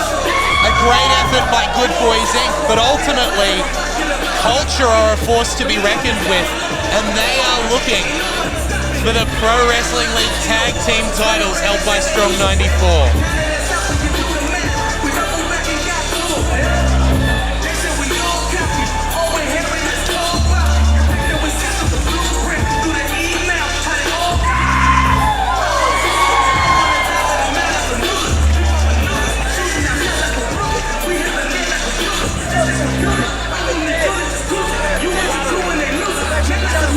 I'm being told that they're dead, that Strong 94 is dead, is what Smoko Kai is telling me right now. Take it away, Miss Scarlet Ray. You can say it as much as you want, but I got the microphone. Your mama sucks. I know I saw her in the valley last night. Professional. Ladies and gentlemen, and I use that term very loosely, the next match is scheduled for 1 fall, and is for the PWL Championship. Huge stakes here, a feud that has been bubbling over for months now. As long ago as last year, Yeet Stevens was bringing the challenge to Ricky Utomi. From the key capital of the world, weighing in at 120 kilos, standing in 6'6". He is the lean machine, Yeet Stevens! We saw at the Pro Wrestling League Super Show that happened in February, Yeet Stevens' team of challengers managing to take down the team of champions led by Ricky Utomi. And since then, Utomi has been dodging Yeet Stevens at every opportunity. Not only that, taking it past the point of professionalism, beating up a Yeet fan from the audience at our last show. The time has come for him. We can see what Yeet's made of tonight, and if he can break Ricky, and Ricky not show his last few actions that he has, we will see. Yeet is ready. He's a competitor who has a lot of fun, but you can see that serious look on his face right now. He is ready for this title opportunity. All right. Thank you. Before Ricky comes out here, yeah, right? I have enlisted a very special friend to help me tonight, to watch my back, to make sure Ricky doesn't pull anything. He's gonna anyway, but this guy, I trust him. He's been through a lot, and if anyone deserves their shot at redemption and their shot at revenge against Ricky Utomi, it's this guy. Please welcome my #1 fan. Mini Yeet is here.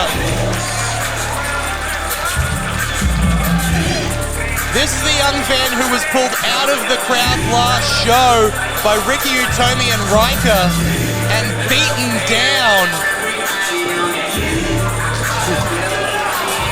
How good.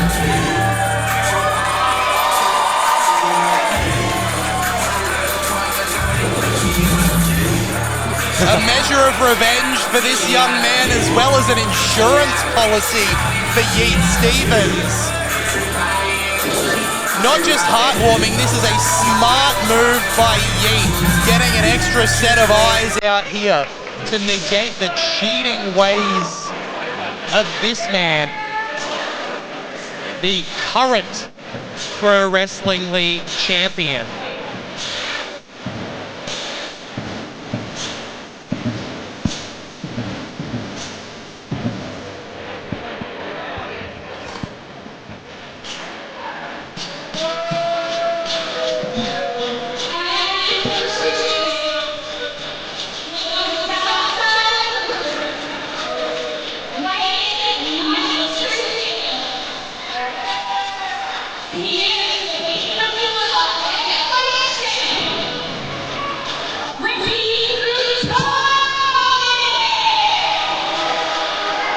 And say what you will about Ricky Utomi, and trust me, I've got a lot to say about Ricky Utomi. This man has established himself as champion. He hasn't just gotten that belt for free. He took that championship by force from Outback Adam. He retired Outback Adam over that championship. The last time we saw him defend that title, it was against Mick Moretti, the first ever Pro Wrestling League champion. A man that you, Smackface, had to wrestle that title away from once upon a time. Ricky Utomi has shown that he is one of the best professional wrestlers in this state and in this country, even if he's often used unscrupulous means to do so.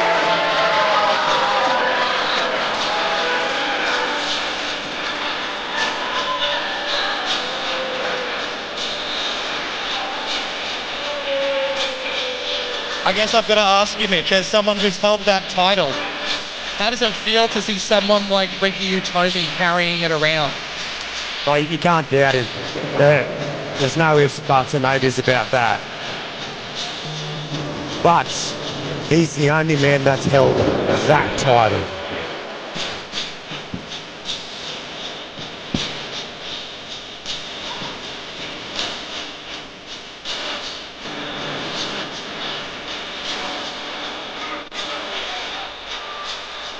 There is bad blood here between these two guys. He wants to get his hands on Ricky Utomi so badly right now. And we have to hope that Yeet is not blinded by that anger and that he can focus on making this a wrestling match, on using his strength to overcome the challenge of Ricky Utomi. Because Ricky is someone who will play mind games, who will use Yeet's anger against him.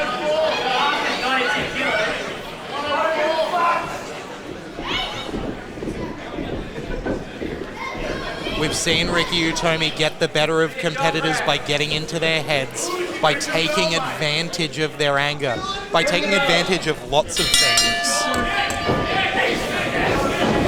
And straight into the lockup there, and immediately you see Utomi go for those technical holds, twisting the wrist of Yeet. Oh. Yeet Stevens just too strong, and immediately lands the body slam.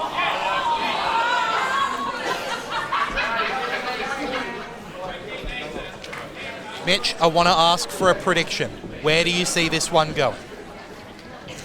I honestly don't see how Ricky can get over cleanly because he hasn't.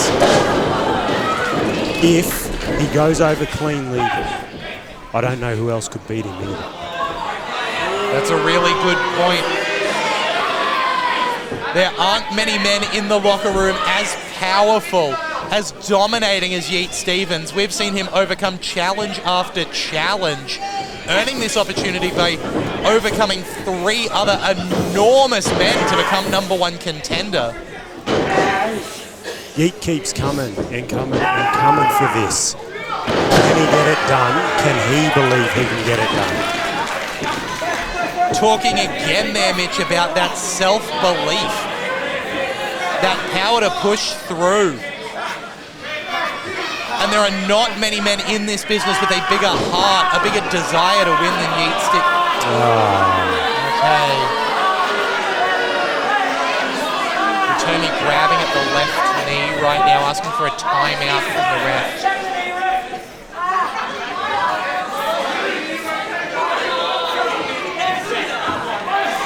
Utomi there throwing up the X, trying to signal that he's really seriously injured.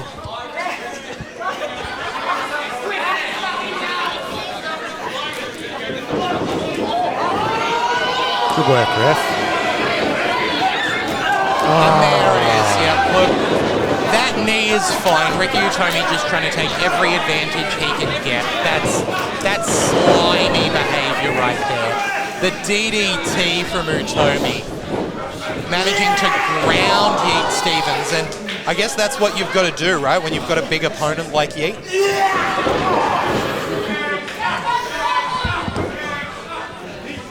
Yeet Stevens not looking in a good spot right now. The forearm of Ricky Utomi there connecting, followed by that big chop, but Stevens, a force to be reckoned with. Like a Terminator, just keeps coming at Ricky Utomi. And now the chop's returned.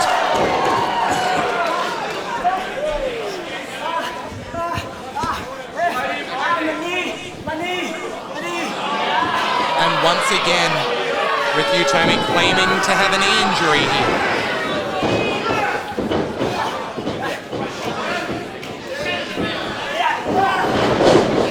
I don't know if Ricky Utomi has ever heard the tale of the boy who cried wolf, but these constant fake outs of a knee injury feel like they can only come back to haunt him. Now driving that foot right into the chest of Yeet Stevens.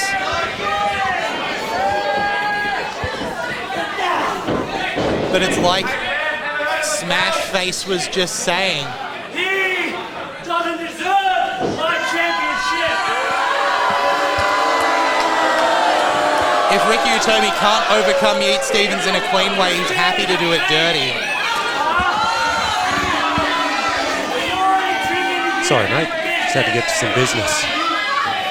No stress there, Mitch. So you're talking to Jesse, to Zero, the co-owner of Pro Wrestling League there. Any news that needs to be shared? No. Okay. Thank you, Rocky. A forearm there again from Utomi drives Yeet back into the corner. The champion forever. His belt staying on me like my forward leg.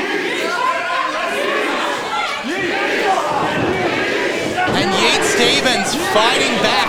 The back elbow followed by the forearms as he drives Utomi into that turnbuckle.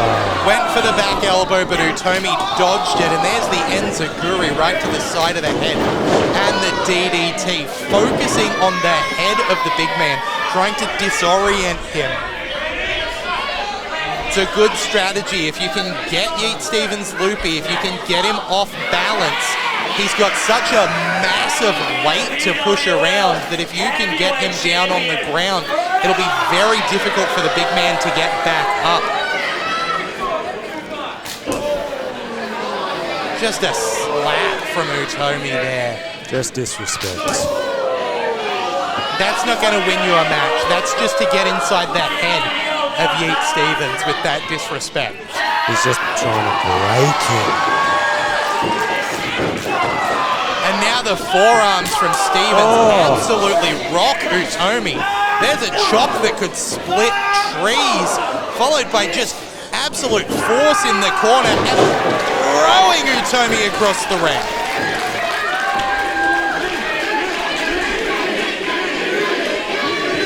The crowd is clearly behind Stevens here. They want to see Yeet as the new Pro Wrestling League champion. And right now, Yeet is on fire, but Utomi ducks the clothesline. Oh! That one seemed like a crossbody got caught by Yeet Stevens and threw Utomi through the air.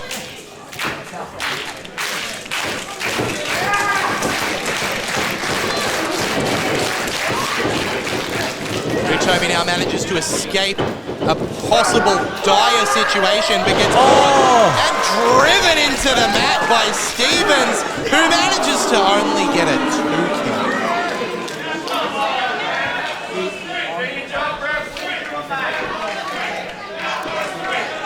We talk about the heart of Yeet Stevens, the fact that he refuses to give up.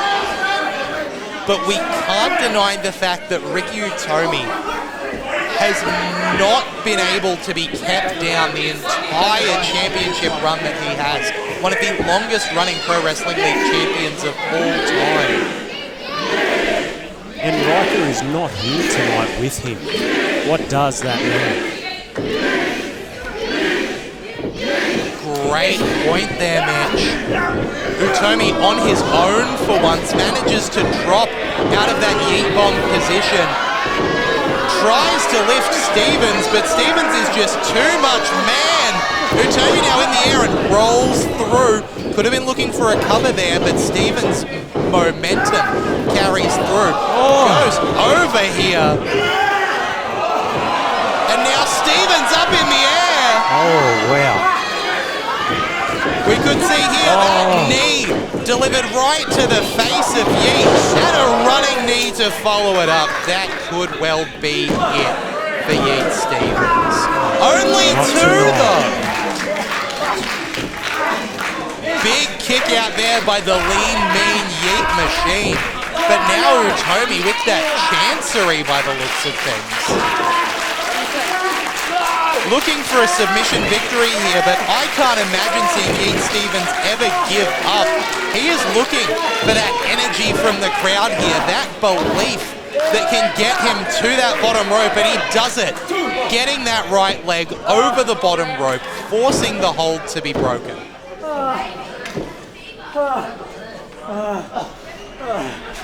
Where does each man go now? They're both down. They're both battered. It's a great point. Ricky Utomi was in control there, but he just took some massive offense before managing to get that chancery in. Yeet Stevens, though, will have just had his energy massively drained by that. Utomi looking for the fireman's carry, but can't get the massive Stevens up. And just those thumping elbows right into the neck and across the back of Ricky Utomi. And Yeet calling for it now. Just spinning Utomi, would you look at that?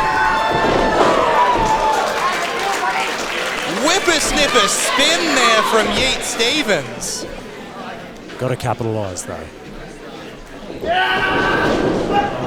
And he tries to capitalise, but Utomi ducks it, pulls down that top rope, and sends Yeet to the outside. Yeet manages to get the shoulder to the midsection and deliver a headbutt to regain that momentum, and then drives the face of Utomi into that top turnbuckle.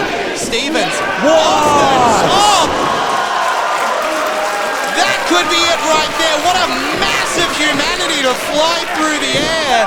Stevens now up and down with Utomi. That's it. A massive yeet.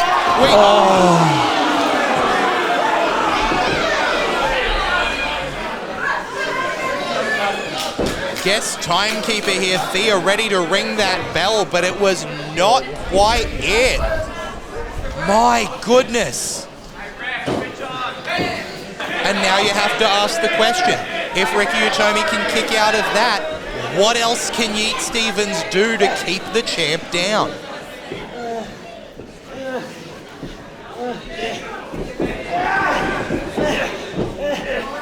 One of these men is going to walk on Ricky Utomi, grabbing the referee there. And the ref now is out by the looks of things. Utomi just pushed Yeet Stevens right into the referee and into the turnbuckle, who's been taken out. Leaping Enziguri by the Vaporwave Viper, Ricky Utomi, who has now grabbed the Pro Wrestling League Championship. And again, Utomi just looking to take advantage any way he can. And now Yeet's #1 fan, potentially saving the matchup here. Goodness. Young man taken out with that championship belt, but he gives the time to Yeet Stevens, who recovers and lifts up Ricky Utomi to the heavens. And he's going to send it right over the top of that championship. the cover. The referee managing to crawl over now. It's been well and truly a 3 count. 1, 2. Why did the referee stop? What? Why is he not counting 3? What is happening? It's a 3. Count the pin. Count the pin.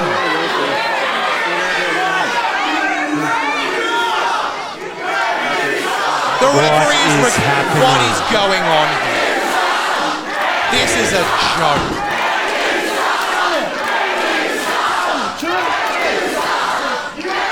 I saw the referee get taken out and I felt sorry for him, but what is this referee aligned with Ricky Utomi? What is happening here? Why is he refusing to count that pinfall?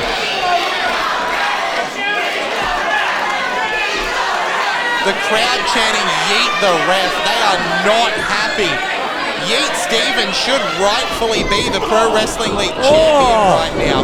That Mongolian chop right to the throat of Yeet Stevens, and now locking in that submission hold is the referee, and he's calling for the bell.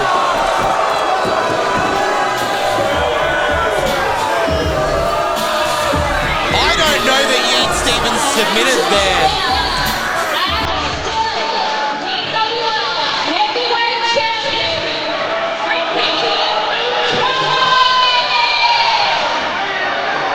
What the hell? This is despicable. This is sickening. This is not what the Pro Wrestling League Championship is about.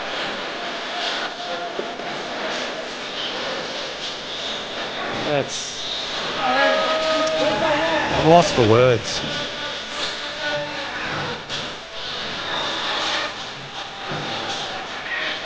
I'm disgusted, frankly.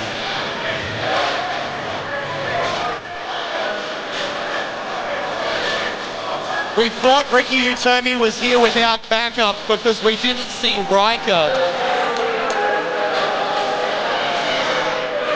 Clearly we were mistaken. Utomi had his backup right in the middle of the ring the whole time. I didn't tap. I got Yeet Stevens telling me he didn't tap. I didn't tap. He didn't tap out. He did not tap out is what I'm hearing. That was despicable. I cannot believe what we've just seen. This is a singles match scheduled for 1 fall.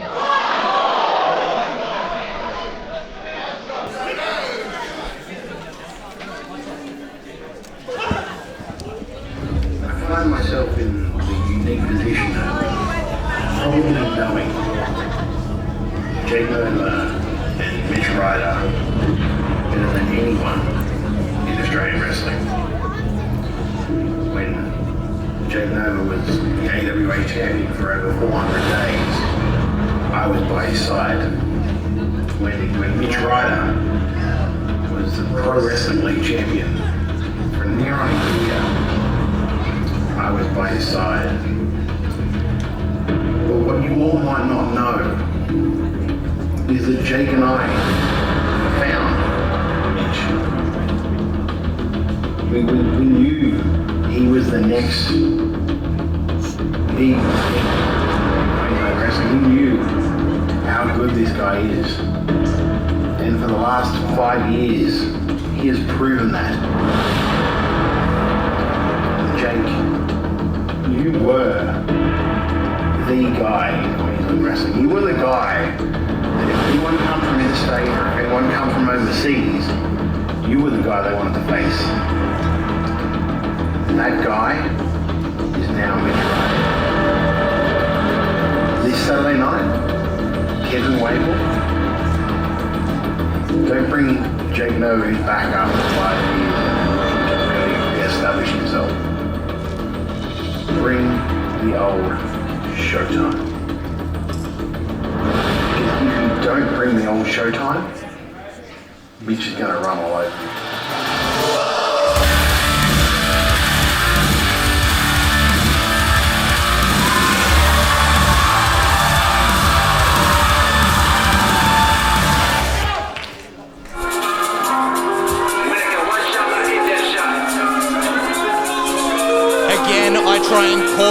I see it here on the commentary desk, but I've got to be honest, folks, I have not been this excited for many matches.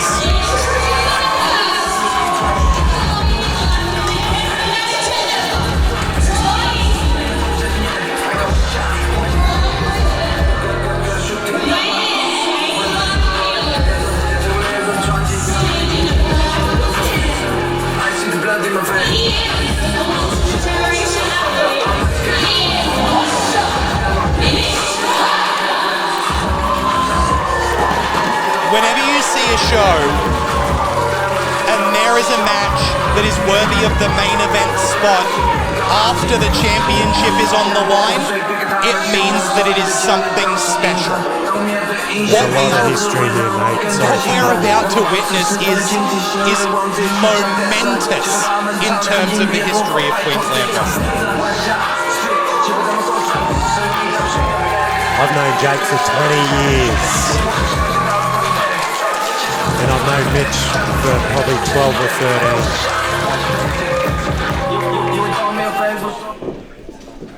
13. Big fight feel is an understatement.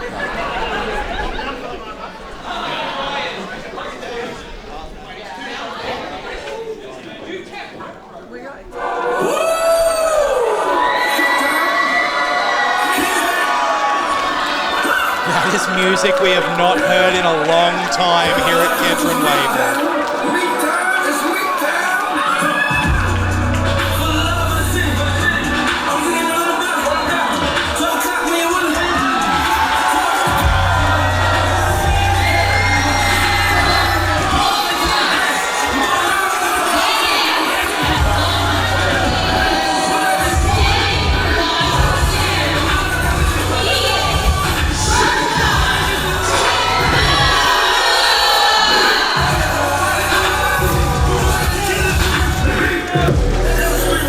There was a time where Jake Nova was synonymous with main events here in Queensland.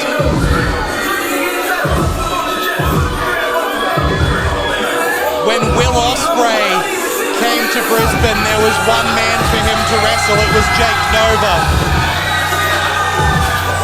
He was the guy. And then a few years ago,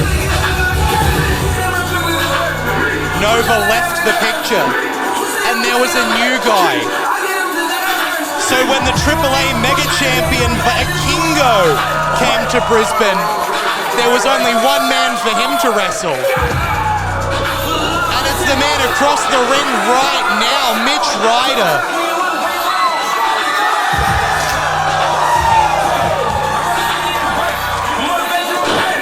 Todd Eastman also standing in the ring, the man who stood behind Jake Nova as part of Next Level, and who out of Next Level brought Mitch Ryder into a new faction, Top Tier, to dominate the scene.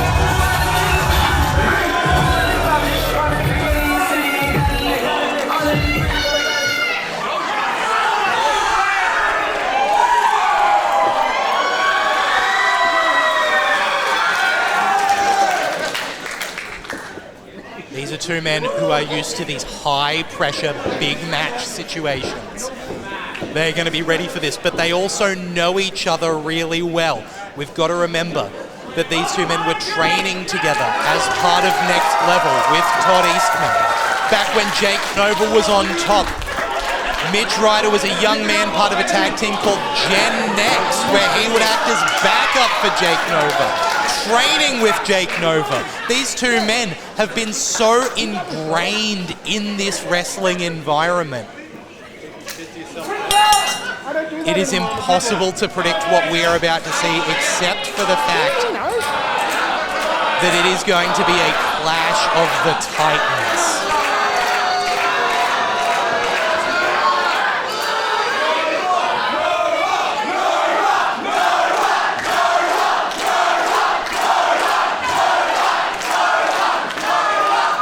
It's fitting that this is happening on Homecoming, the big show of the AWA calendar, the company where Jake Nova was dominant. but it's also happening under the banner of Pro Wrestling League, where Mitch Ryder has become undeniable. I'm on the edge of my seat, mate. I don't have words right now.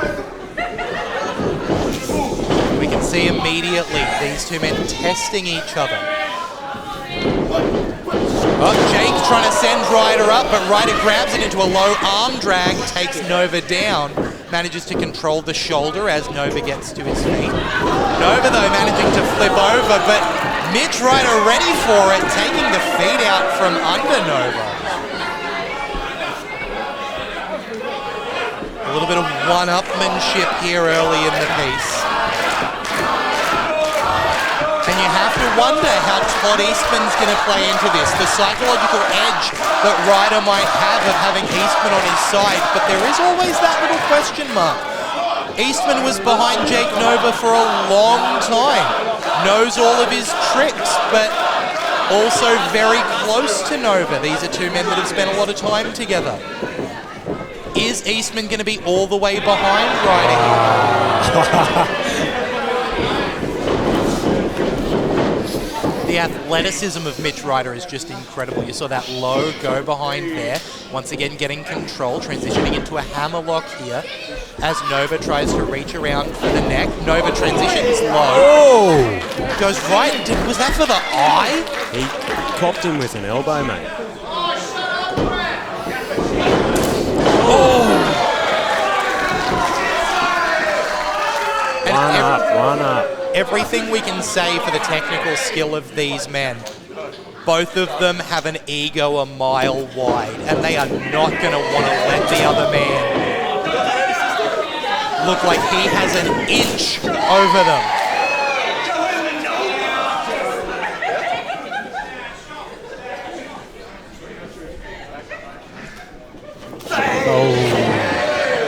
There's some respect to start, but very quickly I think this is going to become very, very heated between these two. The back elbow there from Nova.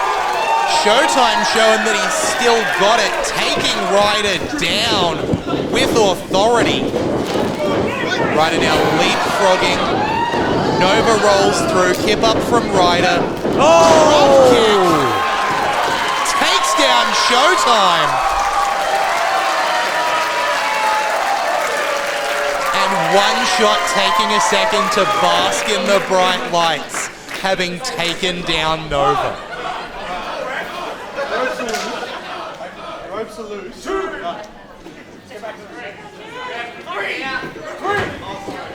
Ref Pat, senior official here at Pro Wrestling League. Getting to a count of 3 before Nova returns to the ring. Ryder managing to take advantage of that extra height as Nova rolled in. Taking control there. The shoulder block takes down Nova.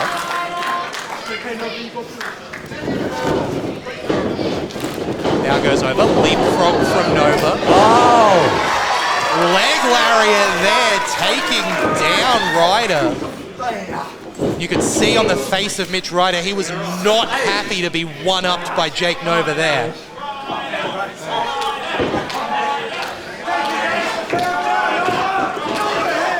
This crowd also seemingly split, alternating between chants for Ryder and Nova. Ryder taken down with the big shoulder block there. Once again, the go-over goes for the leapfrog, caught in the fireman's carry by Nova. But the arm drag coming out of it. Bouncing off the ropes there. Incredible stuff by Mitch Ryder. Once in a generation athlete isn't just a nickname. This kid has the moves.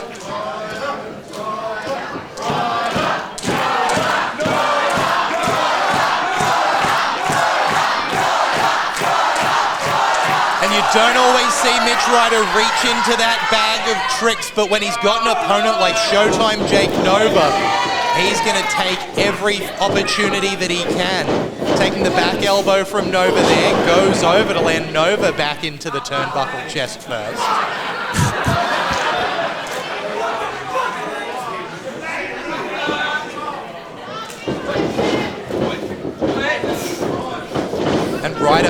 in the head of Nova now after taking advantage there, but Nova over the top and manages to plant Ryder. Shoulder right into the midsection, and now Jake Nova over the ropes. But Ryder one step ahead there, goes down and through, looking for that drop kick, but Nova dodges it. Once again, shoulder to the midsection, but this time from Ryder. Turnabout, fair play here. Now Ryder shooting over the top for that German, but Nova lands on his feet.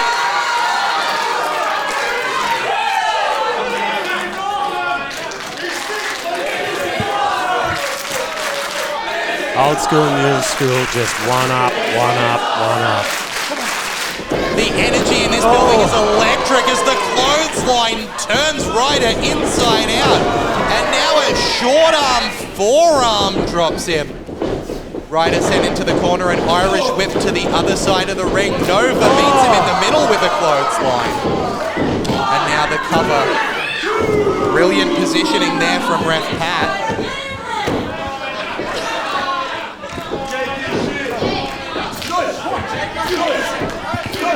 Close fist, ref. What I'm noticing from both of these men is how explosive the offense is. They keep their pace steady until they need that snap of quickness, and then all of a sudden you see impact like that as the boot of Jake Nova connects with Oneshot Ryder.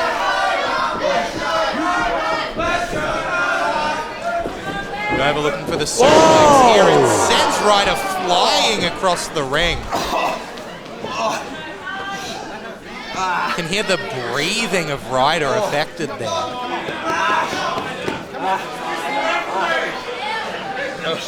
Nova now trying to get friendly with senior official ref Pat. Kick to the midsection. He may have just given Ryder a second too long of recovery, but these chops or slaps really right across Mitch Ryder, lighting him up, and now Ryder sent to the top rope. Oh, goodness.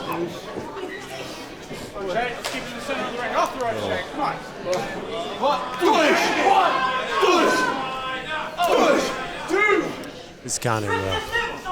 High risk area here with both men.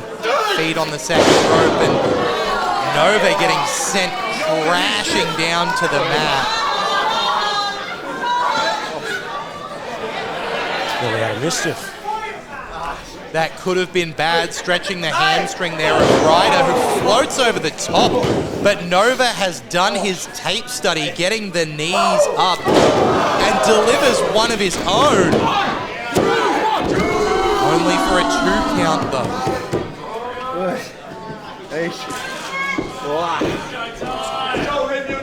Mitch, you okay? Can you keep going? These two men are keeping a deliberate pace here, not expending any excess energy. I love your glasses. Come here, baby. Both men have a very strategic approach, mate, but I don't think either expected what the other one was going to bring. I think especially Mitch Ryder might have been expecting a little bit of ring rust on Showtime Jake Nova, but we are seeing exactly why Nova was the top guy for so long. And now taunting both Ryder and Eastman with the tees up for top tier, showing that he's been studying the tape. And now a roll-up by Ryder, manages to get the shoulders down, but only gets a 2 count, and Nova takes Ryder down.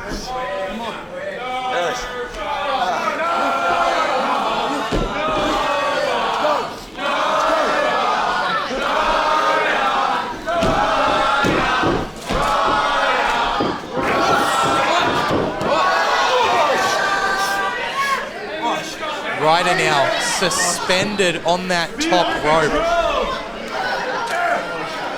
And Nova climbing the turnbuckle. Old school here from Showtime as he delivers the elbow across the back of Ryder. And now Ryder goes up and down with a sick power bomb. Having to reposition there. Getting Ryder up again. Once again into powerbomb position. This time with the sit out. Got a kick out at 2 from Ryder. He's going to have to go into the bag of tricks here. I think you're right, Smash Face, but if I know these two men, they both have a bag of tricks a mile deep. Nova now rolling to the outside. Maybe looking to take a breather here, reset himself. Jake Nova always been a cocky competitor. And here, there's that drop kick that Mitch attempted before, but Nova manages to land it. That is a move that Jake and Todd once did together, and then Mitch and Todd took over. So much history here in this match. And now looking for that rope-assisted pile driver, but Nova has it scouted, sending Ryder over the top rope. And Nova going face first into that steel ring post. Not pleasant. That'll knock you loopy. And a kick right to the knee by Ryder, taking Nova down out on the apron here. Dangerous circumstances for both men.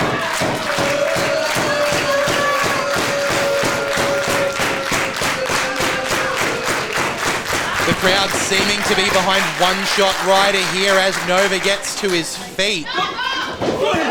And looking for that German to the outside. That could be career-ending. That could be life-altering. But Nova just managing to hang on to that top rope.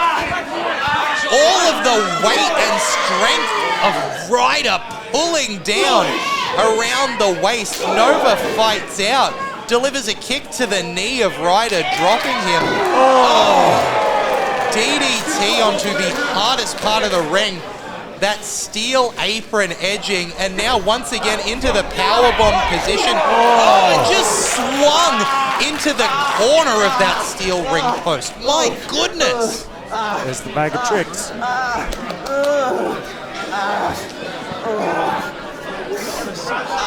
Again, both of these men are trying to win a wrestling match, but when it comes to impact like that, it can affect the way your life goes moving forward. Showtime, you know that. You've had to retire due to the way your body has started feeling the effects of those kind of moves.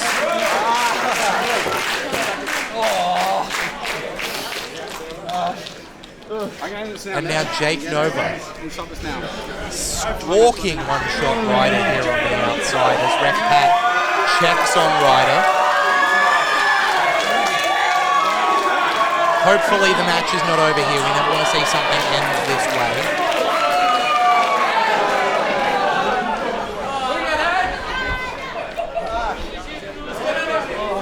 Ref Pat calling for some assistance right now. This is not looking good for Oneshot Ryder. Jake Nova with that big swing of Oneshot Ryder into the steel ring post. And it could have been a nasty landing there for Oneshot Ryder.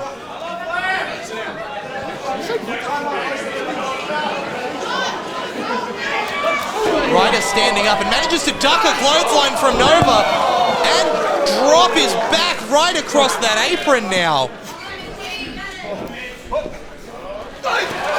Oh my goodness!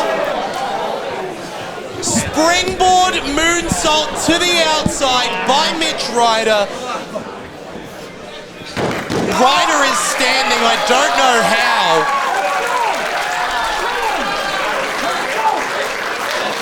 As Mitch said just before, bag of tricks. These men are pulling out maneuvers that I would not expect to see from anyone.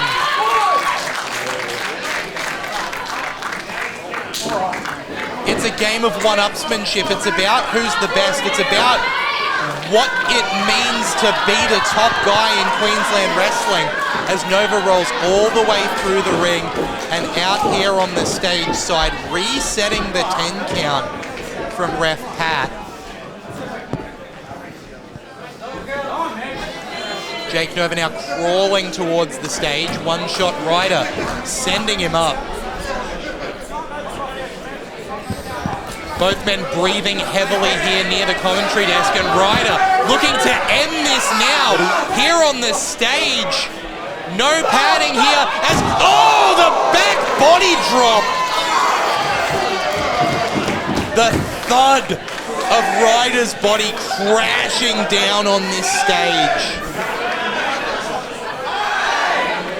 That is not what you want to see if you are Oneshot Ryder or if you are Todd Eastman. I'm looking over, a look of concern across Todd's face, and Jake Nova. Did you hear his body? Nova grabbing the microphone to brag about that disgusting back body drop on the stage and sending Ryder soaring back into the ring. But Ryder managing to recover, delivering the boot to Nova, goes up top, and a stomp to the back. And only a 2 count. What more do these men have? What other tricks can they possibly pull out? Resilience. How do you get back body dropped on the stage and then immediately leap to the middle rope to do a leaping double stomp to someone's back? This is one of the more incredible things I have ever seen. And now, Nova lands on his feet. The kick drops him to a knee though. Oneshot Ryder goes to the turnbuckle, floats over. Springboard, gets caught, rolls him through. Only 2! How? How? Come on, Pat.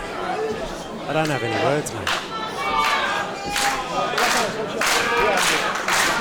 If you've never heard of Jake Nova before, if you weren't around for Nova's reign of dominance over Queensland wrestling, you're seeing right here why he became such an important name in this scene. And if you've been keeping up, you might not be surprised by the incredible things Mitch Ryder can do. But it's still incredible to watch. And now, the driver from Nova, that's it. Mitch Ryder is 2 count. Are you kidding me?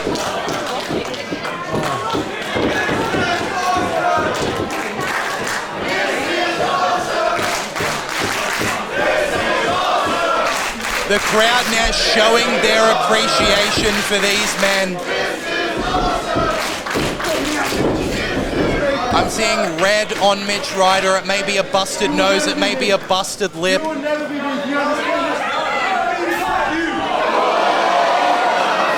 I said before that this started as friendly competition, but it's not going to end that way. The crossface here from Mitch Ryder after Nova spits on the body of Oneshot Ryder.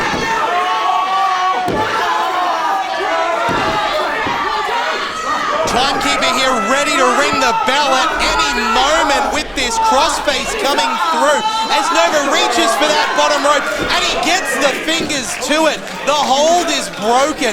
How much more is in each of these men? This is what it looks like when peak athletes push their bodies to the limit. A super kick attempt from Showtime there, got caught. Absolutely planted by Oneshot Ryder. Back into that front face lock. That crossface wrenching on the arm and neck of Jake Nova now. Nova preparing to tap. This could be it. With the punishment that Ryder has put Nova through so far, he could have nothing left. This could be it. That's it. Nova's hand falls twice. He's still somehow, and he rolls through to get the 2 count on Ryder. Ryder with the roll up of his own. Only getting 2. So close, the leaping enziguri there from Ryder. That may be the closest 3 count I've ever seen. As Ryder springboards into the super kick. Showtime has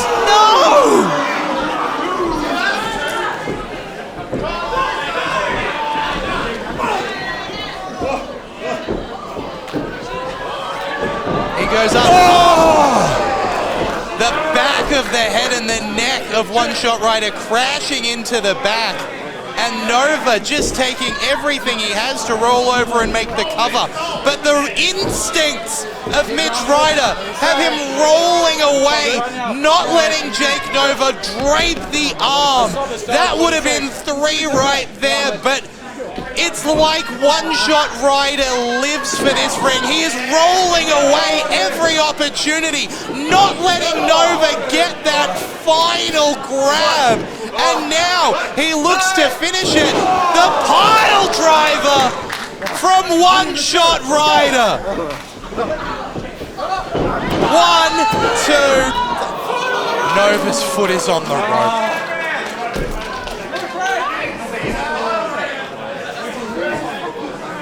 Let's go.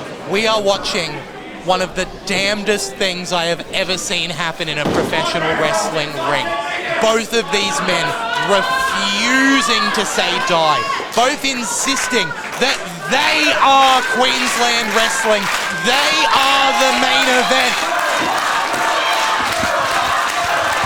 They both are in their own right, mate. They both are in their own right. But there can only be one winner, and both of these men refusing to lose. Ryder with the taunt of Jake Nova, and it seems to rouse him from whatever state he was in. Now Nova following Ryder to the top rope. Extremely high-risk position as both men wobble up the top. Spanish fly from the top by Showtime. Picks him on up. Into the pile driver, and that's it. Jake Nova has just defeated Oneshot Ryder. No! He kicked out! He kicked out! The Spanish fly into the pile driver, and it's not enough to keep Oneshot Ryder down. Mitch Ryder has fought Vikingo. Mitch Ryder defeated Robbie Eagles. Mitch Ryder might be the best professional wrestler in this country today. And he is showing against Jake Nova that he refuses to give up that spot. Mitch Ryder is covered in blood. His face is bleeding, and he will not stop. Let's go.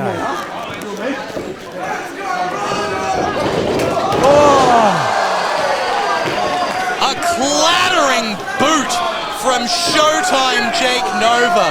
And now he lifts up Oneshot Ryder. And Ryder rolls through. There it is!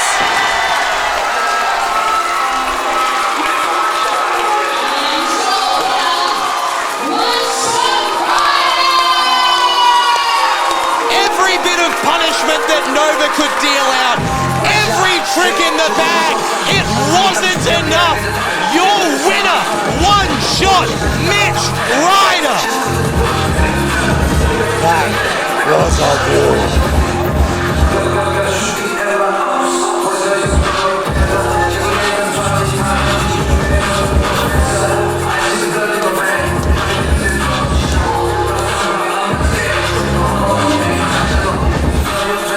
There was a lot of hype coming into tonight about what would happen when these two men faced off.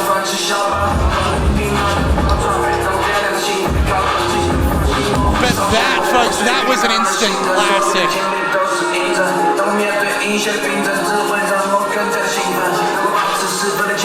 If there was a question about whether Showtime Jake Nova could still go, if there was a question about whether Mitch Ryder really is the best, those questions have been answered. And the show of respect in the middle of the ring between two of the best to ever do it in this state. What a moment.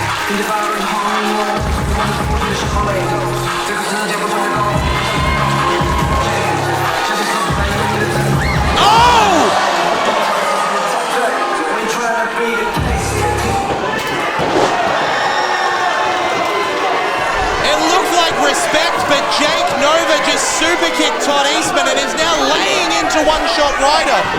The match is over. The bell's been rung.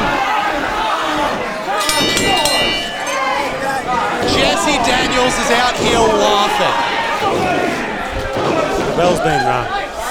No point ringing it anymore.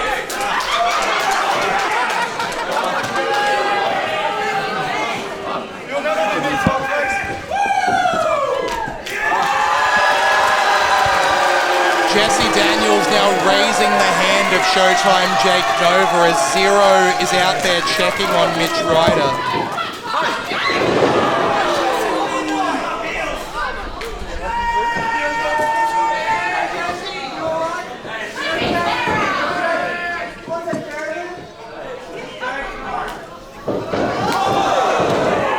Come on.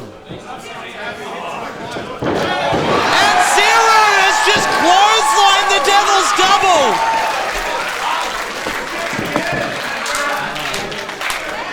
Pro Wrestling League owner Jesse Zero has just dropped the Devil's Double.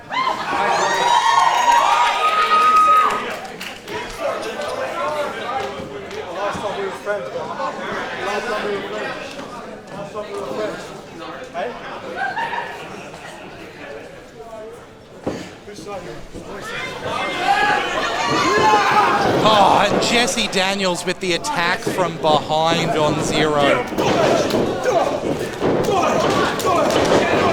And now the war begins. Nova continuing the assault. Oh, and here comes Violence Business to back up the Devil's Double along with the monster Rip Riley. This is an assault.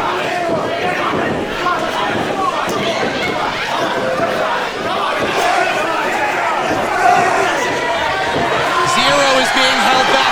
Here is Bobby Bishop. Here is Wayne Cole's Most Wanted. The cavalry is here. And they defend the owner of Pro Wrestling League Zero, who is taking the fight to Jesse Daniels. It is all coming to a head here as an all-out war has broken out.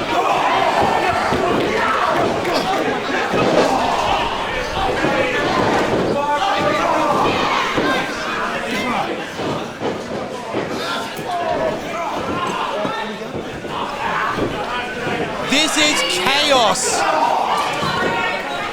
This company is falling apart at the seams as the two owners come to blows. Zero taking out Jesse Daniels in the middle of the ring now.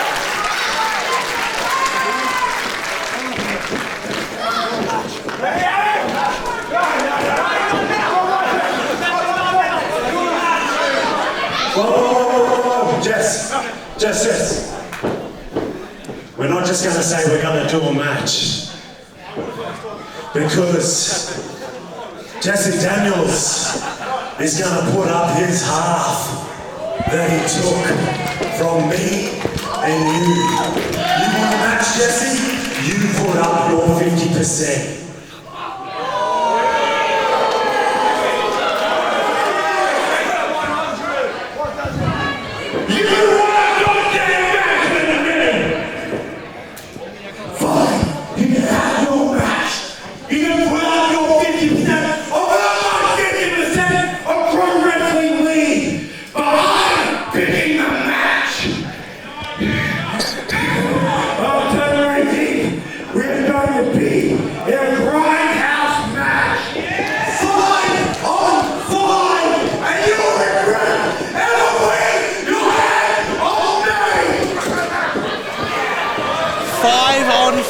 grindhouse match for control of Pro Wrestling League.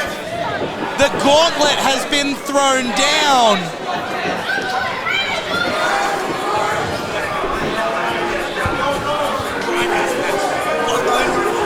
Grindhouse match. A grindhouse match, 5-on-5, with control of Pro Wrestling League on the line. That's right. That's right, Trent. Yes. You're gonna take it. Okay. Take it.